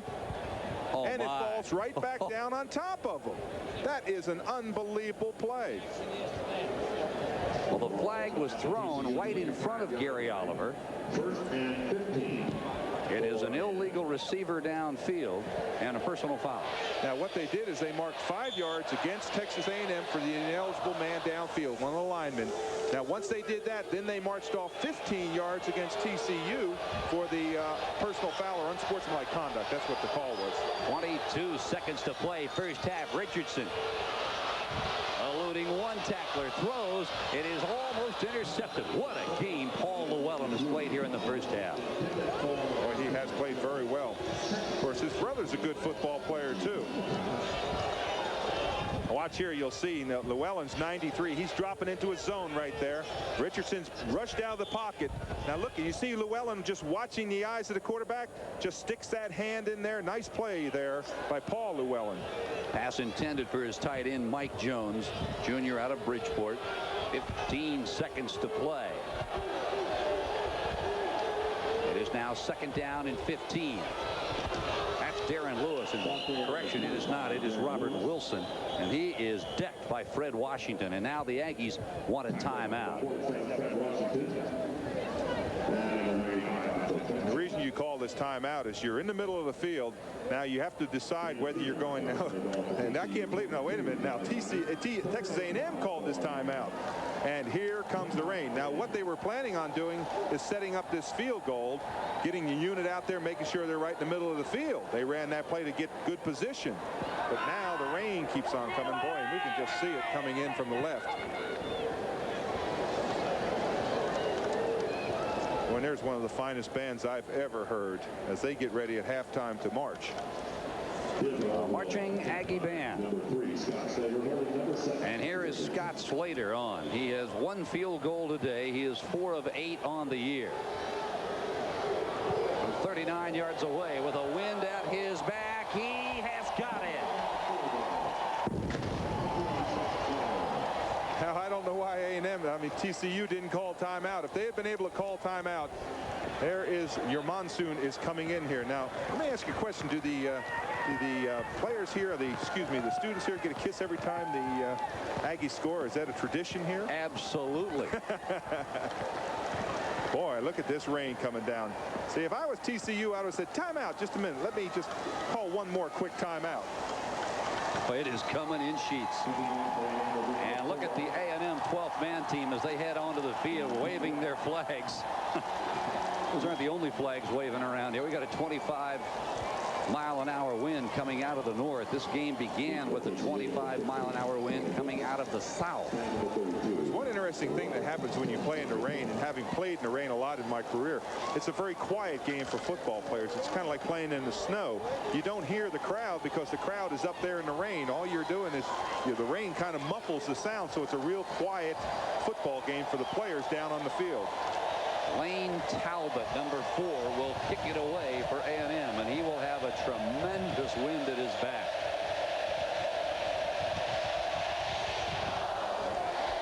See you later. That ball traveled 70 yards in the air. So TCU will have time for one play. 4 seconds remaining on the clock here in the first half from Kyle Field in College Station, Texas. There's Jim Wacker, of course, going over the plays. The play that he wants to call in this situation. It's kind of a gamble situation. You don't know whether to throw it up. You've got 4 seconds on the clock. You can take and throw that long pass and see if that'll work. And you never know. You may break something. There's not a lot that can go wrong with only 4 seconds on the clock. He may elect just to run it into the line and just take the halftime score of 12-0. Now the give is to Cedric Jackson, and that will do it. The first half is over here from Kyle Field, where Texas A&M is out in front of the Horned Frogs 12-0. And the Frogs will kick it away with the wind at their back.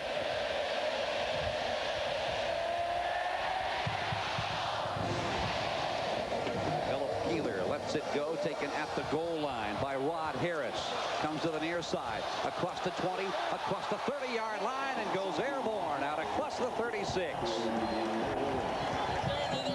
Good tackle by Tony Brooks.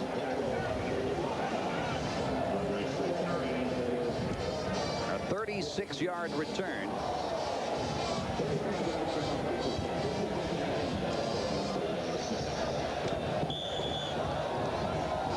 Wilson, Darren Lewis are the setbacks. There you look at Rod Harris. His kickoff return yardage. He has now passed Carl Roaches with that return right there. The give is to Lewis. He's out to the 40-yard line and knocked off his feet there by Paul Llewellyn. Well, they've met enough today that I think he's just shadowed Darren Lewis all day. Llewellyn sliding along that line, trying to catch Lewis when he comes through. If they block Llewellyn, we can look for Darren Lewis to rip off one of those big ones that we've become so accustomed to seeing this year. Lewis, 12 carries, 54 yards. He is trying for his 8th consecutive game with 100 or more yards. He has got the football. In fact, he tripped over his own lead blocker. He tripped on Robert Wilson's foot and stumbled out across the 41 near the 42. And Phil, you can see a lot of water is on the field. When they're running, you can see a lot of water kicking up. We've had a lot of rain during halftime as the game progressed through that first half. It'll be interesting to see how much cutting ability they're able to do, how good this surface really is. I'll tell you, Darren Lewis is so fast, he'll probably be hydroplaning if he gets any kind of head of steam.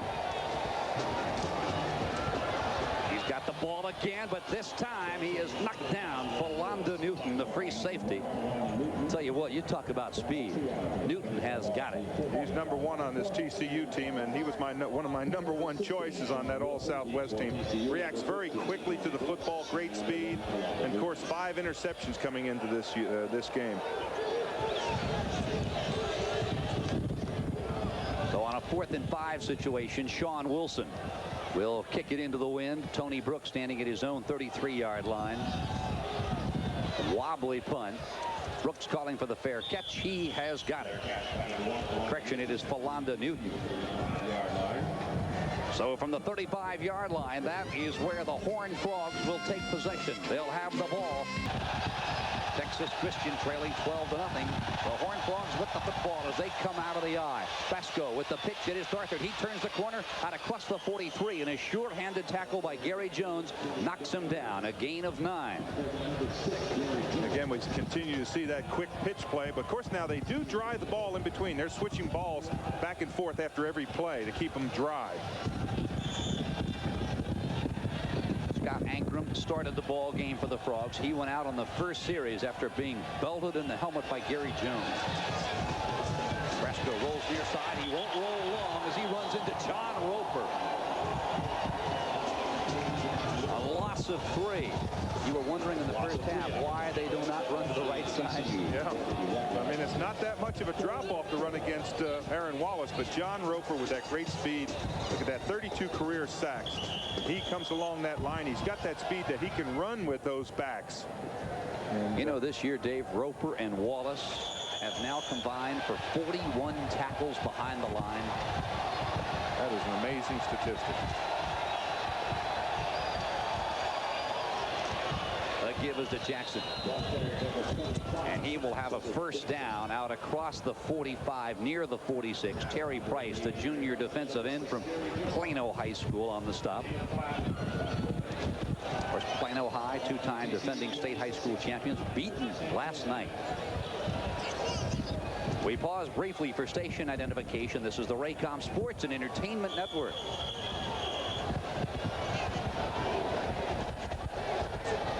This is Channel 8, WFAA-TV, Dallas-Fort Worth. First down for the Frogs. They trailed 12-0. Darthard. A gain of 3 out near the 48. Aaron Wallace brings him down. We're talking about Wallace and Roper and their behind-the-line tackles this year alone. You go back, though, in their career, and they have combined for 107 stops behind the line. That's some work. That certainly is. Frogs now coming out of the eye. Pitch comes near side. Darthard. Nothing doing. Alex Morris, I'll tell you, he has played a sensational game from his left corner spot. A loss of 2. And that time he beats Reggie Davis on the play. Reggie Davis misses his block, and watch when Darthard gets the ball. You see right there Alex Morris standing right in his face. Good play by Morris. He said they're going to come back here. Now what you want to do now is you want to fake it a little bit and maybe do something like a reverse or something. Get them out of a little bit out of their flow. See, the football blew away. It's blowing down the field.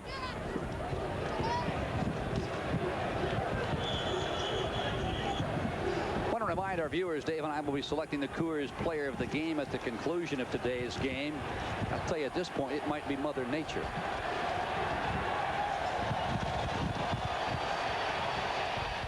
Darthard appeared for a moment as if he might find some daylight, but the Aggies shut it down, led by Leon Cole, the senior defensive end, Gary Jones, and William Thomas, the 2 safeties. Good play that time by Cole. He's the left tackle, 6'5", 255 pounds. Good movement in there. You love seeing that when they lock up in those those offensive linemen and just kind of shed them away and throw them off. Watch out if this punt gets in the jet stream. Chris Becker. Oh, off the side of his foot. A flag is down. The ball goes out of bounds inside the 20-yard line. And Phil, I think when he dropped the football, I think the wind hit the football and he almost missed it. That's what it looked like to me. A normal drop for we see there's the illegal motion against TCU, but it looked to me on a normal drop, you drop the ball about 2.5 feet, and it looked like when it dropped it, a gust of wind may have blown that ball away.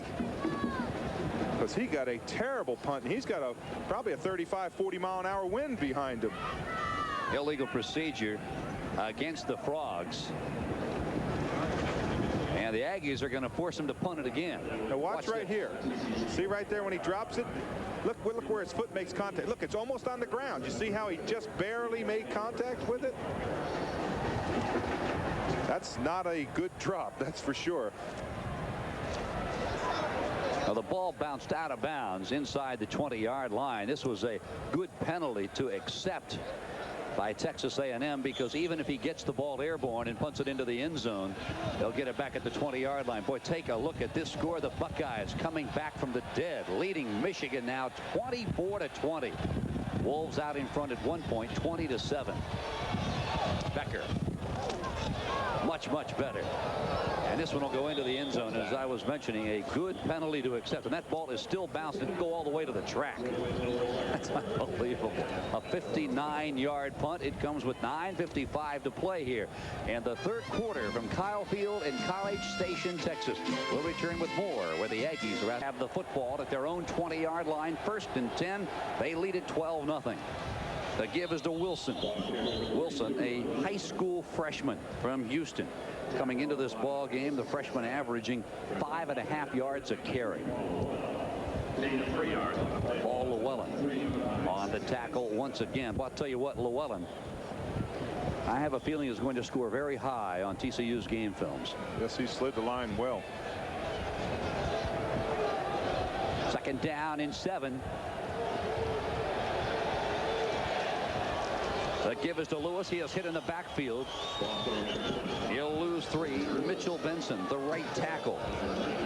Tell you what, he went around Richard Webb like Webb didn't even take the field. It looked as if Webb may have mistaken what the play was, because Benson took an inside move on him, and Webb just kind of brushed him, and boom, Benson made that tackle 4 yards back in the backfield.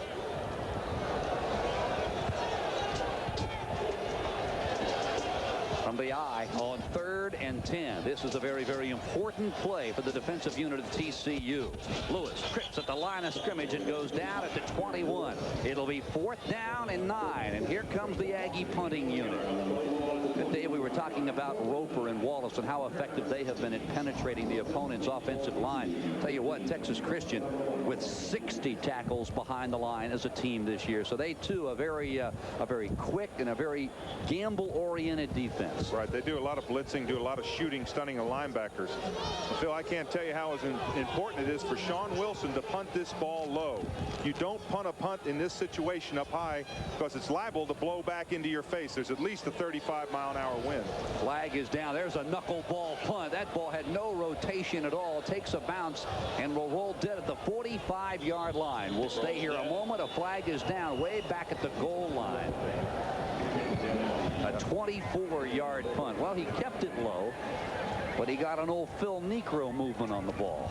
Well, now the question is you see the illegal movement, the illegal motion, do you make him punt it again? You've got the ball at the 45. I think that you decline it and take the football. You got great field position.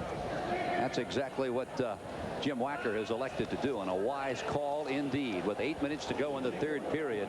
Tell you what, Texas Christian, when they go back to Fort Worth, they cannot say they had the ball deep in their own territory all day long, because they have operated from outstanding field position throughout this entire game. Yes, they have, and it's a shame for TCU that they were not able to score. Of course, Texas A&M caused those turnovers. I mean, it was good, strong hitting that caused those turnovers. Backward pass, and it's a good thing that Darther to slap that ball out of bounds. Of course, a backward pass is just like a lateral. It is a live football.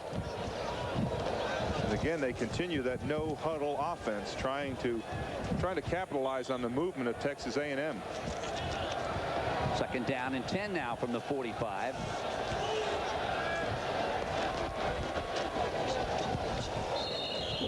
And Cedric Jackson as he runs into the big defensive end, Leon Cole, 6'5", 255 pounds.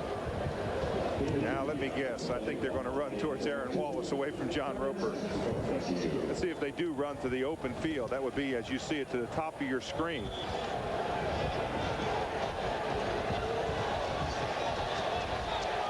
Throw, sideline pattern, in and out of the hands of Reggie Davis. Rasco hit him right where he wanted to hit him. A great timing pattern, but Davis simply didn't get turned in time. What he had to do is he had to hit him so fast. Watch how quickly Rasko gets hit with the ball. Now he's got the ball right there. Boom, he's got to get rid of it because he had two people coming right down and didn't allow the receiver to turn and look back to the football. As soon as the receiver turned, the ball was right there. Boom. 4th down and 7. Mickey Washington standing back at his own 10-yard line, awaiting the punt from Chris Becker. He puts it straight up in the air. That's the kind of punt you want. It'll roll dead at the 14-yard line. So the Aggies will once more begin deep in their own territory with 7:14 to play in the 3rd period. A&M over TCU by 12. Now it's 67 degrees and we've got 40-mile-an-hour winds. And everybody's freezing because they're all wet. A&M with the football with 7:14 to play in the 3rd period. The Aggies out in front 12-0. Richardson trying to roll to the right side, had a notion to pitch it out to Darren Lewis, wisely held on. Dave, on that last punt by Becker, it appeared as if he could have run for that 1st down. It certainly did. It looked as if the entire defensive unit just ran downfield trying to get a return. And I think if they get another punt opportunity in that situation, they'll run with the football. It was so obvious that he could have picked up easily the 1st down. 2nd down and 6. Lewis smacked at the 20-yard line, a gain of 1. Romeo Smith, the senior left corner from Houston. He alternates backing up the left corner and the strong safety, Lavoyle Crump. Smith, the senior from Washington High School in Houston. Going wide to the right, it is Percy Waddle. Coming wide left, it is Cornelius Patterson. Richardson rolls right, wants to turn the corner, does so. He's across the 25 to 30, and now he is in the open field.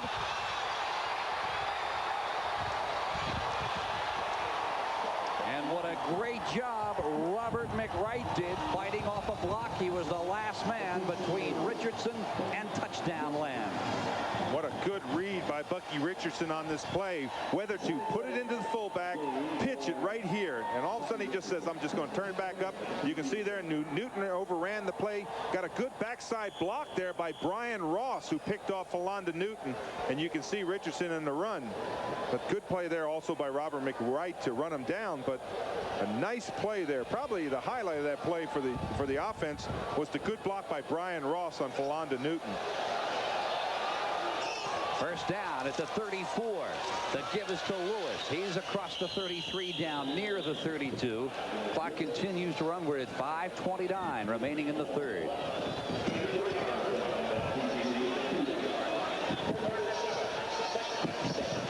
Word on Bill Elliott, the left tackle for the TCU Horned Frogs. He sustained an injury midway through the 2nd period. He is out with a knee. He will not return. Word on Scott Ankrum, who began the game at quarterback for TCU. He has a concussion and will sit out the remainder of this ball game. Lewis again. He's at the 25, the 20. He may go. No. Caught at the ankles at the 9-yard line. Again, Robert McWright saves the touchdown. And now flags are flying. I think this is a little bit out of frustration, especially for TCU. They were trying to wrestle the football away from Lewis, but they're getting frustrated. Their defense has played very solid football all day, and they have been unable to score offensively, and that just takes a lot of sting out of your team. You just get so frustrated when you're out there and you've been really playing hard, and all of a sudden they just keep on running on you. But there were words back and forth. We'll just have to see what the official calls. I'll bet it's the old personal foul both sides. Unsportsmanlike both sides. I don't like that call. I agree with you. I don't either. Well, there's the play. You see him kind of pushing there. Now you just want to step in. Now watch right here. You just see a couple. It's just kind of a waste call. Now you look at Darren Lewis. His rushing yards this year. Look at that. 1,326. To surpass Bob Smith. That record set back in 1950. A record that had stood for 38 years. I saw number 4 in that position was Curtis Dickey, the great running back that was with the Indianapolis and Baltimore Colts. Lewis with the ball, a gain of 2. Fred Washington taking him down. You know, they did honor Curtis Dickey here today. They inducted the players and the athletes into their Hall of Fame, and he was one of the inductees, and an excellent football career both here at A&M and of course in the pros. The Colts. Curtis Dickey. I remember him, world-class speed. Boy, he could run. We're at the 4-minute mark. 4 minutes remaining in the third period. Richardson rolls left. The pitch is to Lewis, and he is shoestring tackled at the 9 by Greg Moore. You can see him tromping in the water. There's a small crown in this field, and the water has a tendency to work its way outside the hash marks, and there's more water as you get away from the hash marks towards the side of the field. Which would lead one to ask the question, why not run the ball in the middle of the field? Well, they haven't run it with too much success in the middle of the field. That's one of the reasons. Benson and Fred Washington, Simeon has been playing very well, and Darrell Davis has been playing very strong inside. Richardson wrapped up at the 8-yard line, and the Frogs defense led by Jordy Reynolds. A gain of 1. And here comes Scott Slater. He is 2 for 2 in the field goal department today. And this could very well be a very important field goal. A&M leading 12-0. This will come from 25 yards out into a very, very stiff breeze. It is up, and it is no good as he pushes it off to the left. Into a 40-mile-an-hour wind. And he pushes it left, and the score stands. 2:45 to play in the third. A&M continue here over College Station. I'll tell you, we have had the spectrum of weather. Brasco, he is going long. Pass intended for Reggie Davis, threw into double coverage. Had no chance to get to the football. These A&M players play that defense so well back there, covering man-to-man. That time they had double coverage on the man he chose to throw to.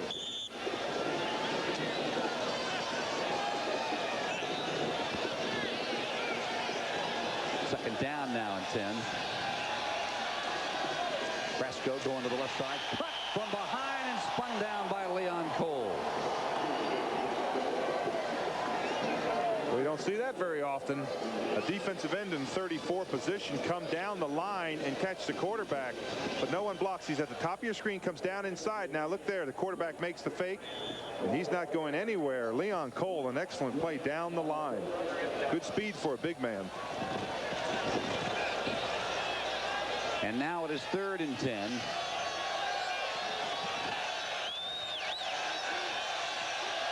Aggie defense showing blitz, and here they come. Brasco hit from behind, fumbles the football, and it is recovered by A&M, I believe. Yes, the Aggies have recovered.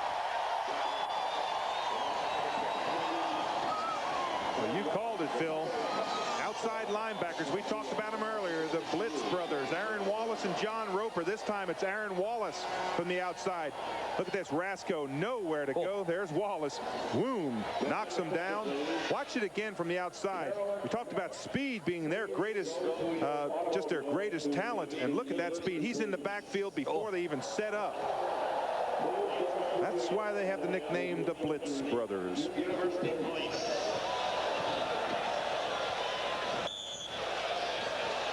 A&M, 4th time today they have forced a turnover. And now the ball nosing the 10-yard line. Here come the Aggies. Darren Lewis is the I-back. Give first man through. It is Wilson to the 5.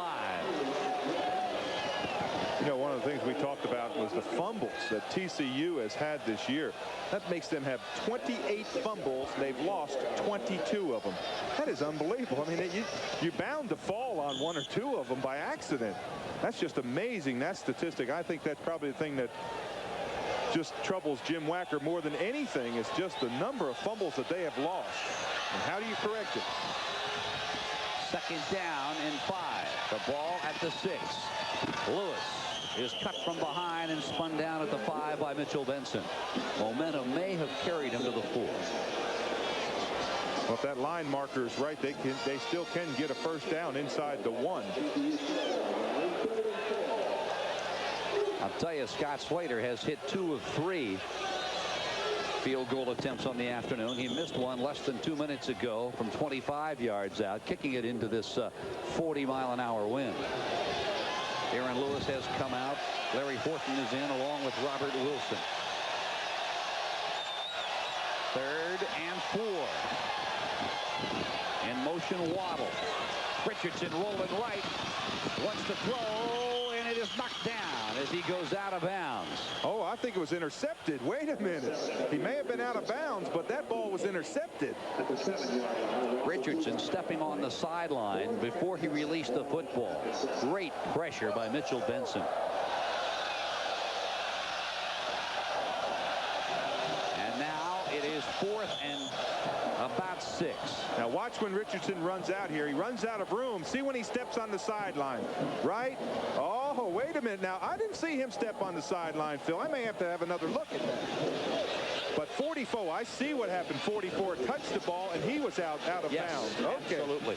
Well, good. I'm glad to see that. Slater now. Good call. From 24 yards out. Can he get this one to go? No, he cannot. This one he pushes to the right, and the Frogs have held again. Now, let me tell you about that play. What happened on that play, and we may be able to get another look at it.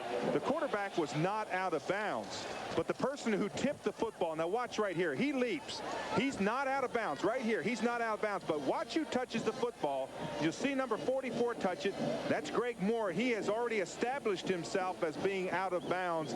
That's what caused it. Good call by our officiating crew. And an excellent explanation on your part, my friend. Thank you, sir. 27 seconds to play. 3rd period. A&M out in front of TCU 12-0. And I'll tell you, on a less than ideal day, our Raycom staff, all of our camera people, our producer Johnny Tyus, our director Lonnie Dale, our associate director David Handler, all of our Chiron people have done an absolutely sensational job. That is Darther rolling out of bounds at the 28-yard line. It has been a very difficult task to televise this one. Well, the wind, they say the wind was so strong down by the truck, right? You know, it was so strong. How strong was it? It was so strong that it blew David Handler off the top step, and he lost 2 teeth.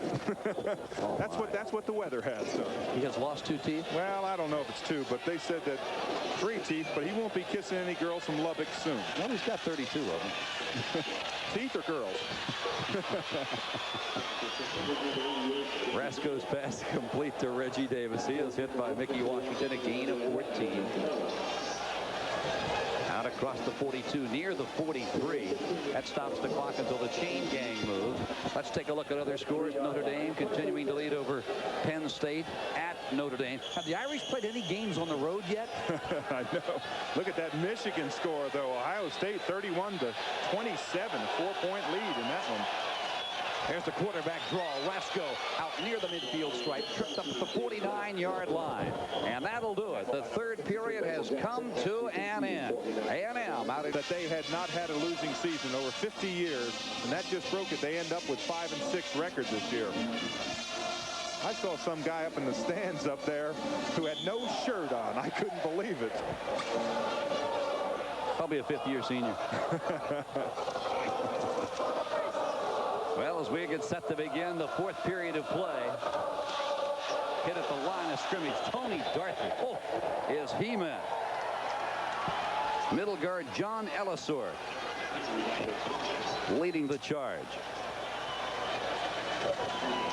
Now Texas Christian coming into this game, David, had averaged a little more than 20 points a game. A&M has done a superb job of shutting them down. Big down here for TCU. They almost have to pick up this first down. Darther turns the corner. He has got the first down. A great block by Kelly Blackwell. He finally was able to put a block, and I cannot see the player he laid it on. It was William Thomas, the free safety, number 11. Yeah, that was a good block. When you go in those pictures on Monday when they start back practice, that's the ones they show when those receivers not only do the great job receiving, but they do the great blocks out there. You can see the goalpost blowing in the wind. Look at them. They're swaying in the wind. First down, TCU. Resco wrapped up. John Roper, a flag goes down. And this could well be against the Aggies. That may be. I thought it might have been face mask at the end, but it is going to go against the Aggies. But boy, what a force. Roper on that corner. He's kind of like a hydrant, just like a fire hydrant out there. You don't block him out of the way. You don't knock him off his feet. He's just there, and you got to play around him. We might be able to see. There's the personal foul. Wow. And it is on John Roper. But watch at the tail end of this. See, he kind of throws him down. If that's what they called, there was no face mask on that play, not from what I could see. They must have called that. But that's just good, hard, solid football. There's nothing wrong with that in my eyes. Uh-oh. What's that score? Wait a minute. Oh, how can this be? Michigan leading Ohio State. Now, boy, what a second half they have had in Columbus. 14:04 to play in this ball game. The Frogs on the move. Tony Darther cuts it to the outside, sidesteps the sideline, and is run out. A gain of 2, maybe 3, and again, John Roper with the pressure. Well, you have to call their names every time. Why they're not going wide to his right. Every time we call a play, it's John Roper's right there. That time he ran him out of bounds. But Dave, I don't understand why more teams in the Southwest Conference haven't employed the 2 tight end formation, because when you do that, you force your outside linebackers to cover the tight ends. That's a good point. Good pitch, outstanding pitch, but tremendous coverage by the Aggie defense. Tony Darther with the football. Lafayette Turner, a backup defensive back, in the dime package by the Aggies with great pursuit, a loss of 5. Boy, and as you say, number 5 did not get lost in that play. He was not going to be blocked. Turner's out there. He was not going to be blocked by the up back. He played that as well as you can play that pitch. He's got the pitch all the way. He refused to be blocked, and you see the result, about a 5-yard loss. You've got a trick play. This might be the spot to use it. 3rd down and 13. Here they come. Short drop. There's the pass. It is caught. Alan Foray, the junior from Midland High School, is taken out by Mickey Washington. Short of the first down, but got to believe the Frogs got to go for this. Well, I was surprised a little bit there that Foray turned to go outside. I thought he should have turned back inside. The defender had given him enough room, and he ran out of bounds 5 yards short. 4th and 5, and indeed TCU has got to go. And we'll hear from the fans whether they make it or not.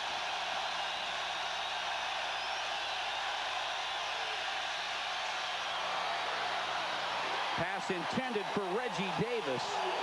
He had a step on Alex Morris, and Rasco overthrew him by a yard.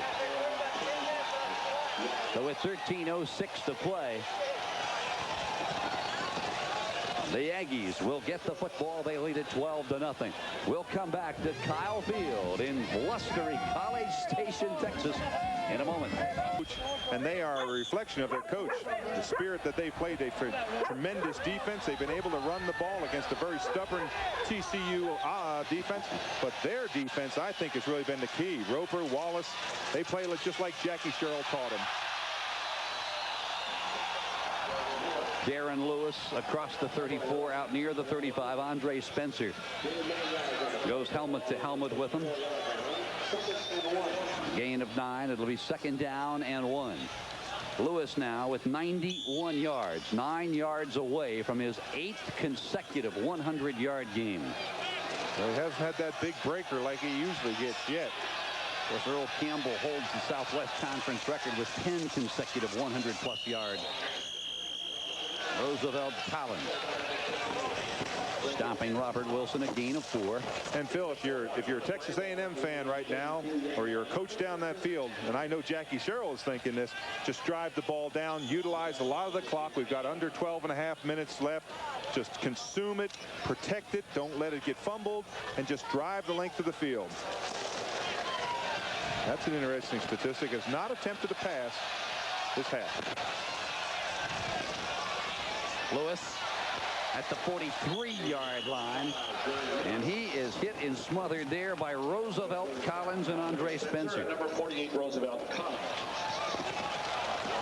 Now Jim Wacker in his 3-yard 6th line, year gain of 5 yards. in Fort Worth. 0-5 versus the Aggies. But I tell you, his Horned Frogs had 3 golden opportunities, 2 in the first quarter. And those are things that you really can't coach. You can't explain them. You just say, well, why do we fumble on the 1-yard line? There's no explanation. Good solid hit by Texas A&M, but that's when you have to be very aware of the football, and they did. They did not. They just did not react quickly. They did not play solid football in the first period. What a tackle by number 56 Tracy Simeon on Darren Lewis. Well, you want to see what a good tackle is? This is where you bring them down. Watch this play. Simeon out here, boom, just dives under. He was blocked there by number 77. Matt McCall got off his block, got rid of that, and that's what you want to do when you play defense as a lineman. You try to shed that block, get off of it, and get over there quickly. He did a nice job on that play. 3rd down and 4. Horned Frogs showing blitz. Coming the near side is Richardson. He has got the first down, and he is on his feet at the 32-yard line. A flag is down. And that is not a good sign. I believe it is going to be holding or clipping against the Aggies. Yeah, I think it was Percy Waddle that was holding on that play. And that could negate a great play by Bucky Richardson. That choice whether to flip that ball or whether to carry it. I think it's going to be a holding call against Percy Waddle and brought all the way back. Yeah, he's on Tracy Simeon right there. You see him right there. That may be what they call right there. That looks like it was holding, but I thought the holding call was more downfield there on number 81. That's who I thought the hold was on. See, the flag wasn't thrown there. It probably could have been, but the flag, as I saw it, was thrown down on Percy Waddle. I tend to agree with that assessment. Now, referee Fred Shepard is going to talk it over with Paul Llewellyn. Number 1, Frog dead. Gig 'em Frogs. Let's take a look at that wind. They're hunkered down here at Kyle Field. This really makes a nice close crowd. You see how everybody kind of gets close? Mom and dad put arms around each other. You put your arms around people that are next to you. Just trying to keep warm. Don't mind if I step down there in the stands for a while, do you? First down at the 49-yard line. Fred Washington and Buddy Wyatt bring Robert Wilson down. Now the final from Columbus is in. What a ball game. The Wolverines beating Ohio State 34-31. Well, that game, as you said, went back and forth and back and forth. At one time, Ohio State led 31-27. So evidently Michigan drove down and scored late in the game to win. Lucky. Just because you're an Ohio State alumnus. Richardson going deep. Got a receiver. Harris cannot cut in front of Philando Newton. Great coverage by the all-conference free safety. And Newton does a wise thing on this play. When you make contact, you act as if it's incidental. You know, just average, just kind of happen type of contact. You can see Newton there. When he goes down, he acts. He doesn't even turn around and look. Watch Newton here on the contact. See, he's falling down. There was contact on that play, but you just act like it was incidental contact. Just nobody bothered, and it worked. Now the All-American Philando Newton, he is on his way, I believe, to greatness in the National Football League. That's Richardson stacked up at the 45-yard line. Oh boy, they want a flag here on that play. You can hear the whistle in the background, and the fans didn't like him pushing the quarterback all the way out of bounds. Jordy Reynolds led that charge.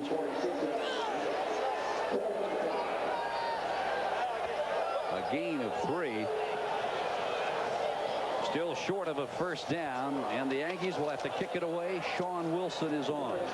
Now what you want to do in this situation is kick the ball as high as you can and let your defense run down and either catch the football or bat it down inside the 20. But you want to get the ball high because the wind is going to take the football down the field. You don't have to kick for distance. This will be Wilson's 7th punt.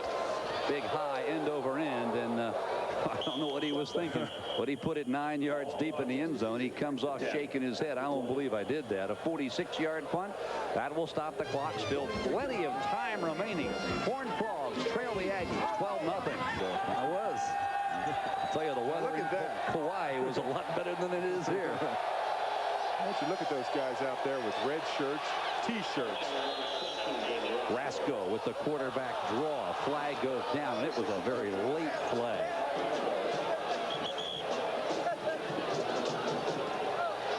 And it's going to go against A&M if the indications from the TCU players are correct.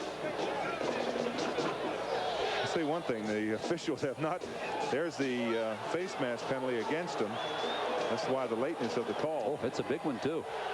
Well, it is. It's the 15-yard. Of course, there's the incidental one where you just use it, just hand goes on the face mask, and then there's the big one, 15 yards, where you are using it to tackle with. Look at A&M's penalties today. My, oh my, 11 for 100 yards, and they're leading this ball game 12-0. A first down for TCU at the 37-yard line.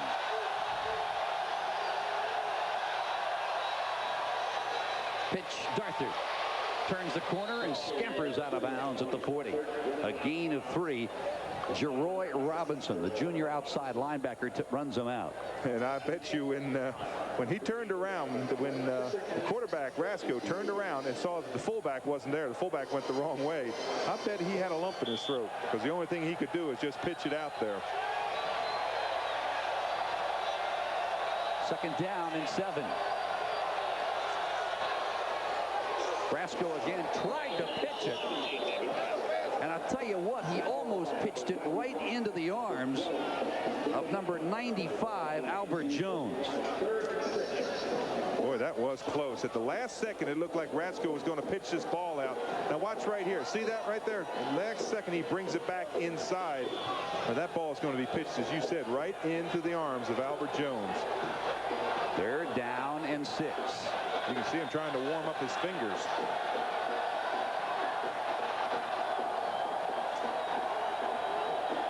Rasco short drop. Good pass. It is caught. A first down. Reggie Davis is still on his feet, or is he? Hold everything. They're going to stop the play, and Plain Davis was on a knee when he caught the football. No catch. Oh boy, this was a let's see if we can see it here. Now watch the knee when he catches the football. Right, that's the knee. It is a catch. Right, it's a catch. It's down right there. The knee is down. Of course, in the NFL you could get up and run, but on this play you cannot. So now it is 4th down and 1.5. 7:21 to play. If you punt it, it's going to come right back in your face. The Frogs are going to gamble and go.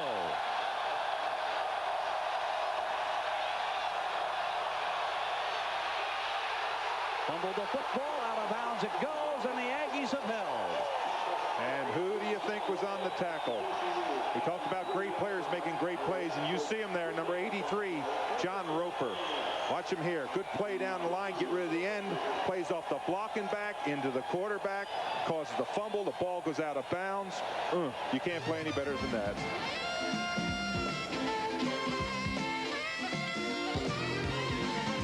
Beats Ohio State 34-31. The Battle of South Carolina leans towards Clemson in the 4th quarter, 22-7. Here at College Station, the Aggies over the Frogs 12-0 with 6:35 to play. Bucky Richardson coming around the right side. He hurdles one player and goes out of bounds at the 32-yard line. What a play by Bucky Richardson. That may be the play of the day. Andre Spencer is coming up here. Now watch this play here. He's breaking down, but he goes low. Look at Richardson. Leaps over top of him, comes right back down, and keeps on running. Look out, Edwin Moses. My, oh my. 4th period score. Pittsburgh Panthers continuing to trail. Texas and Baylor tied at halftime, and Texas Tech leading 17th ranked Houston 7-0 in the 1st period. And that's a shock. There's Richardson again. He had so much fun the last time. He may go inside the 10, run out of bounds at the 3. Romeo Smith finally took him out. They'll spot it at the 2-yard line. A gain of 31. You can see they take away the pitch. Look at the block right there by number 32, Robert Wilson, inside. That's what frees him up at about the 25-yard line. Now he's down the sideline, gets kicked out of bounds at the 3. But good block there by Robert Wilson, that lead blocker on that play.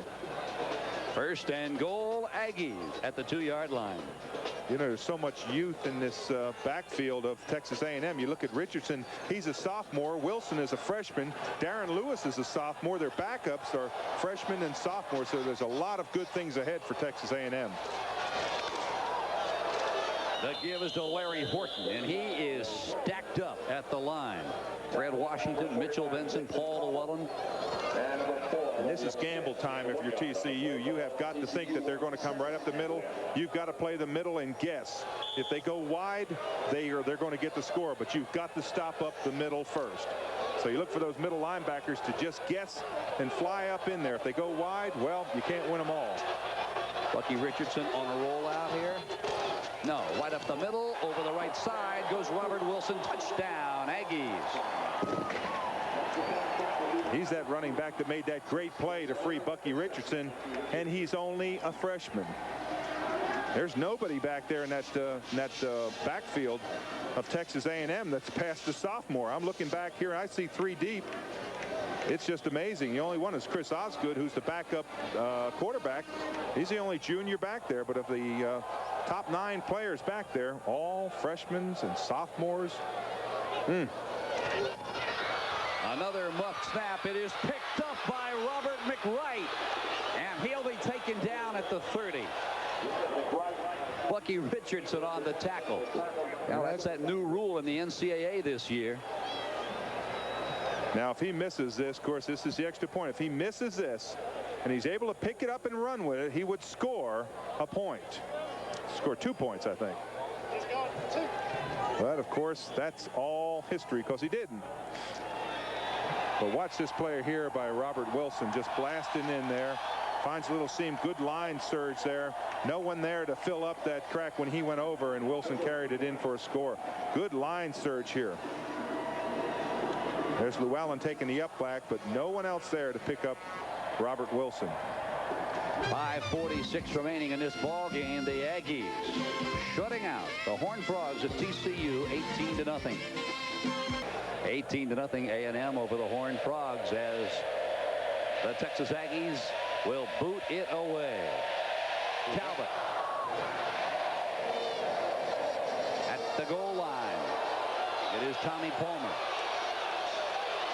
He'll be stopped shy of the 20-yard line at the 17. Derek Mazer and Gary Sorrell, part of the 12th man team for A&M on the stop. Nebraska in the first period out in front of Barry Switzer's Sooners 7-0. But what a day for college football. Still to get underway. UCLA and the Trojans of SC.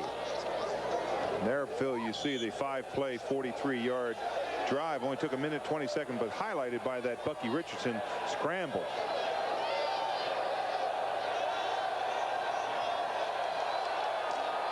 Rasco. There's the swing in and out of the arms of Cedric Jackson.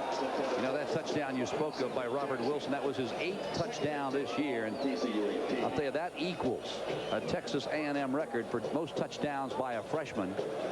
Darren Lewis, had 8 last year, and George Woodard had 8 back in 1975.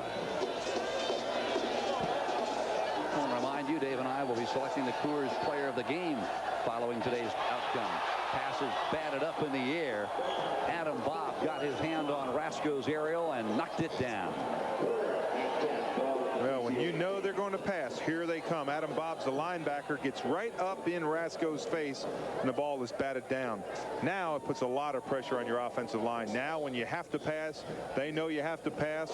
And of course, all of a sudden the defense is coming. They come harder because they say, oh, go ahead and run. You may pick up 1 time, but we're going to dump you 5 or 6 times. This is when it really becomes fun to play defense on football.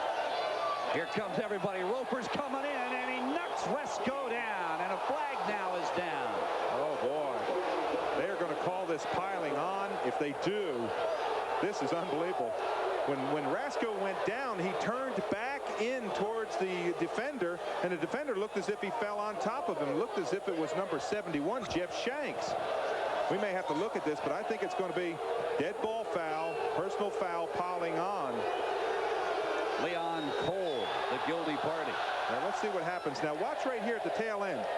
Now see, when he turns back right there's Roper right in his face. Boom. Now watch when he falls down. See, he just falls on top of him. That's a tough call, but it's a dead ball foul. Official was right in position to make the call, and it gives him a first down. 5:11 remaining in the ball It's Darthard. He'll cut it outside, and he is taken down by Adam Bobb and Alex Morris. I'll tell you one thing that makes Texas A&M such a good football team, and that is they tackle so well. We have not seen a lot of broken tackles today. When they tackle, they are told to wrap them up. You get those arms around them, you hold on. And TCU has not been able to break the long run because they have not been able to shed those first tackles. Rasco pass is cut by Reggie Davis. He is spun down shy of the first down by maybe a yard. Well, Dave, this is Texas Christian's last game of the year, and seniors like Rasco, Scott Ankrum, Reggie Davis, they are all playing their last game on the defensive side. Mitchell Benson, Tracy Simeon, Frank Hawkins, a backup right defensive tackle, Ron Lewis. You look in the linebacking core, Paul Llewellyn also playing his last game as a collegiate linebacker. And Jeff Daly, the center, who's played very well for them, and he's playing his last football game. Of course, for Texas A&M, they still have two very important games to go. Next week, they are in Austin to take on Texas. And then the following week, they come right back here to College Station to take on the Crimson Tide. Yeah. And we're going to see a play now. This is this is a do or die play. If you don't make it, you die. If you make it, you've got a little bit of dew left in you. But let's see, is it third down? I thought it was fourth down. I'm sorry. I'll have to retract that. It's third down and about a yard. So it's not the do or die play.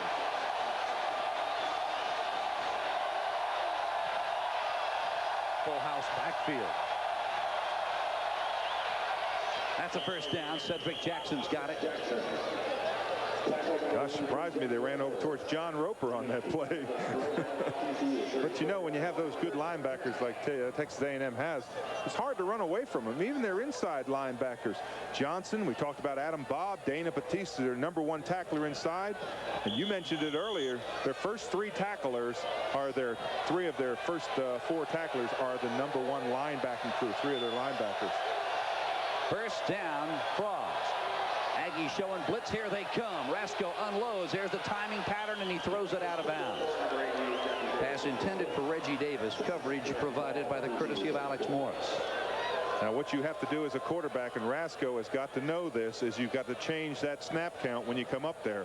Because when those linebackers are darting in there, you don't allow them to get that running start and go on the same cadence. You've got to go on a longer count. Try to get that free play where you draw them off sides and emphasize that second snap count.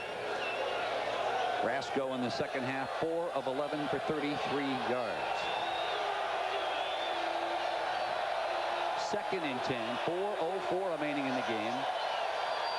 Rasco's going to try it again. And Davis, there's going to be a pass interference. Reggie Davis reaching for the football, and Alex Morris stripped him before he got it. Or is it going to be offensive pass interference? Well, you see the shoulder pads of Alex Morris. They were about ripped off him. I don't know which way this is going to go. Morris had his shoulder pad, his jersey pulled off the top of his shoulder pads. And it is going to go against Morris. Maybe we can see it again. Let's watch here at the tail end. You see right there, there's the contact. Yeah, a lot of contact there by the defense. That's a good call. He kind of pulled that jersey off when he went down on the field. Of course, now what he's trying to do there is talk the referee into it. He saw the flag. He said, I don't want it going my way.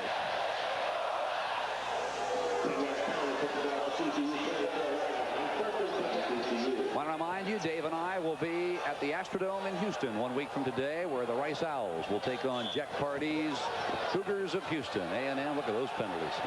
And they are leading this ball game 18-0.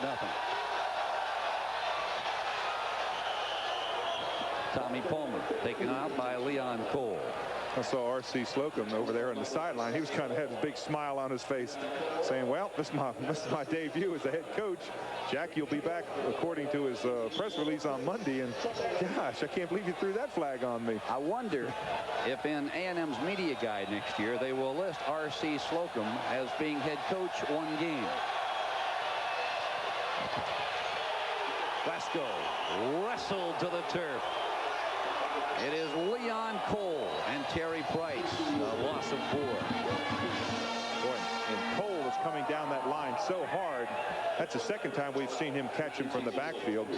he just comes down that line so hard. You'll see the quarterback, when he just hesitates a second, there's nowhere to go. You can't turn back because Leon Cole, 74, is running down that line. He's a senior playing his last game. Well, one of his last games. They have 2 more to go.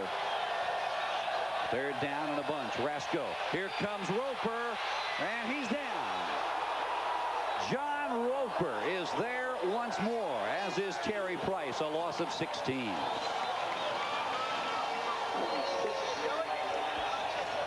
Final, Notre Dame, top ranked in the nation, beating Penn State 21-3, or 12th ranked Michigan over Ohio State with a late 4th period score to knock off the Buckeyes. Take a look, 4th quarter score. North Carolina State continues to lead.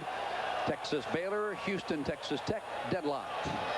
UCLA out in front of SC 3-0 in the first period, and Nebraska continues to lead Oklahoma in the first.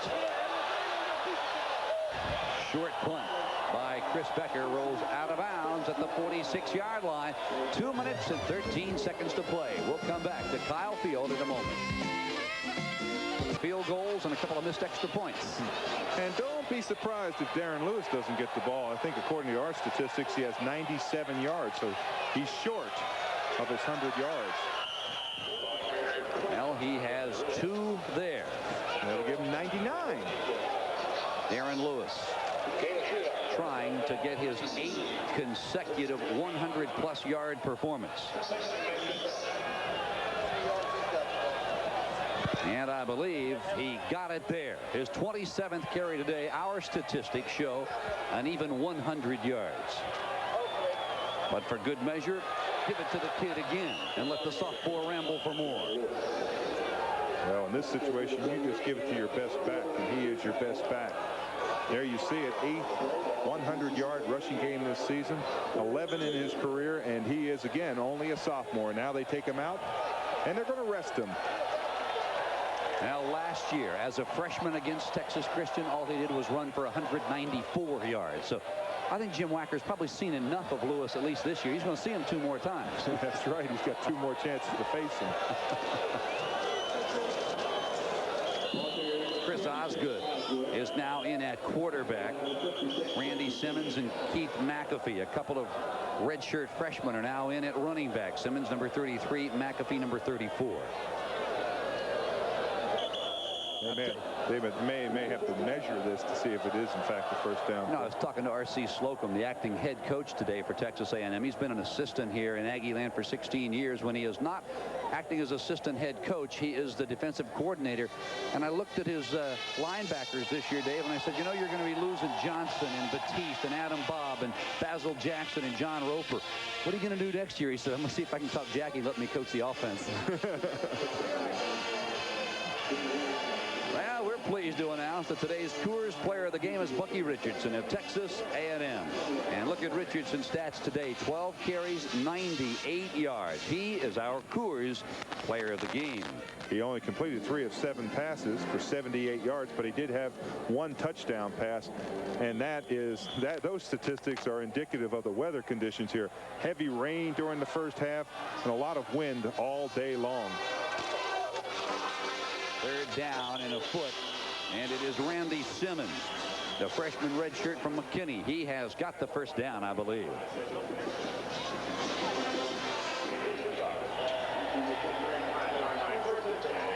Well, as I said at the outset of our telecast, you've got to go all the way back 21 years ago to find the last time that a Horned Frog team beat the Aggies here in College Station. And that jinx is going to continue here in 1988. Well, some people call it a jinx. Other people know that it's good, solid, hard football play. I really think that TCU, had they capitalized on those early times, it might have been a really different story. They had 3 opportunities, Phil, in that first quarter to get some points, and I think it just deflated their entire offense. They just could not score, and boom, their defense played very strong today to hold Darren Lewis the way they did to 101 or 2 or 3 yards. That's a great tribute to TCU. They played very, very hard. And that was the last play of this ball game. As you see the time ticking away, R.C. Slocum filling in for Jackie Sherrill as head coach today has a victory under his belt. And now the Aggies of A&M go to 6-4 overall, 5-1 in conference.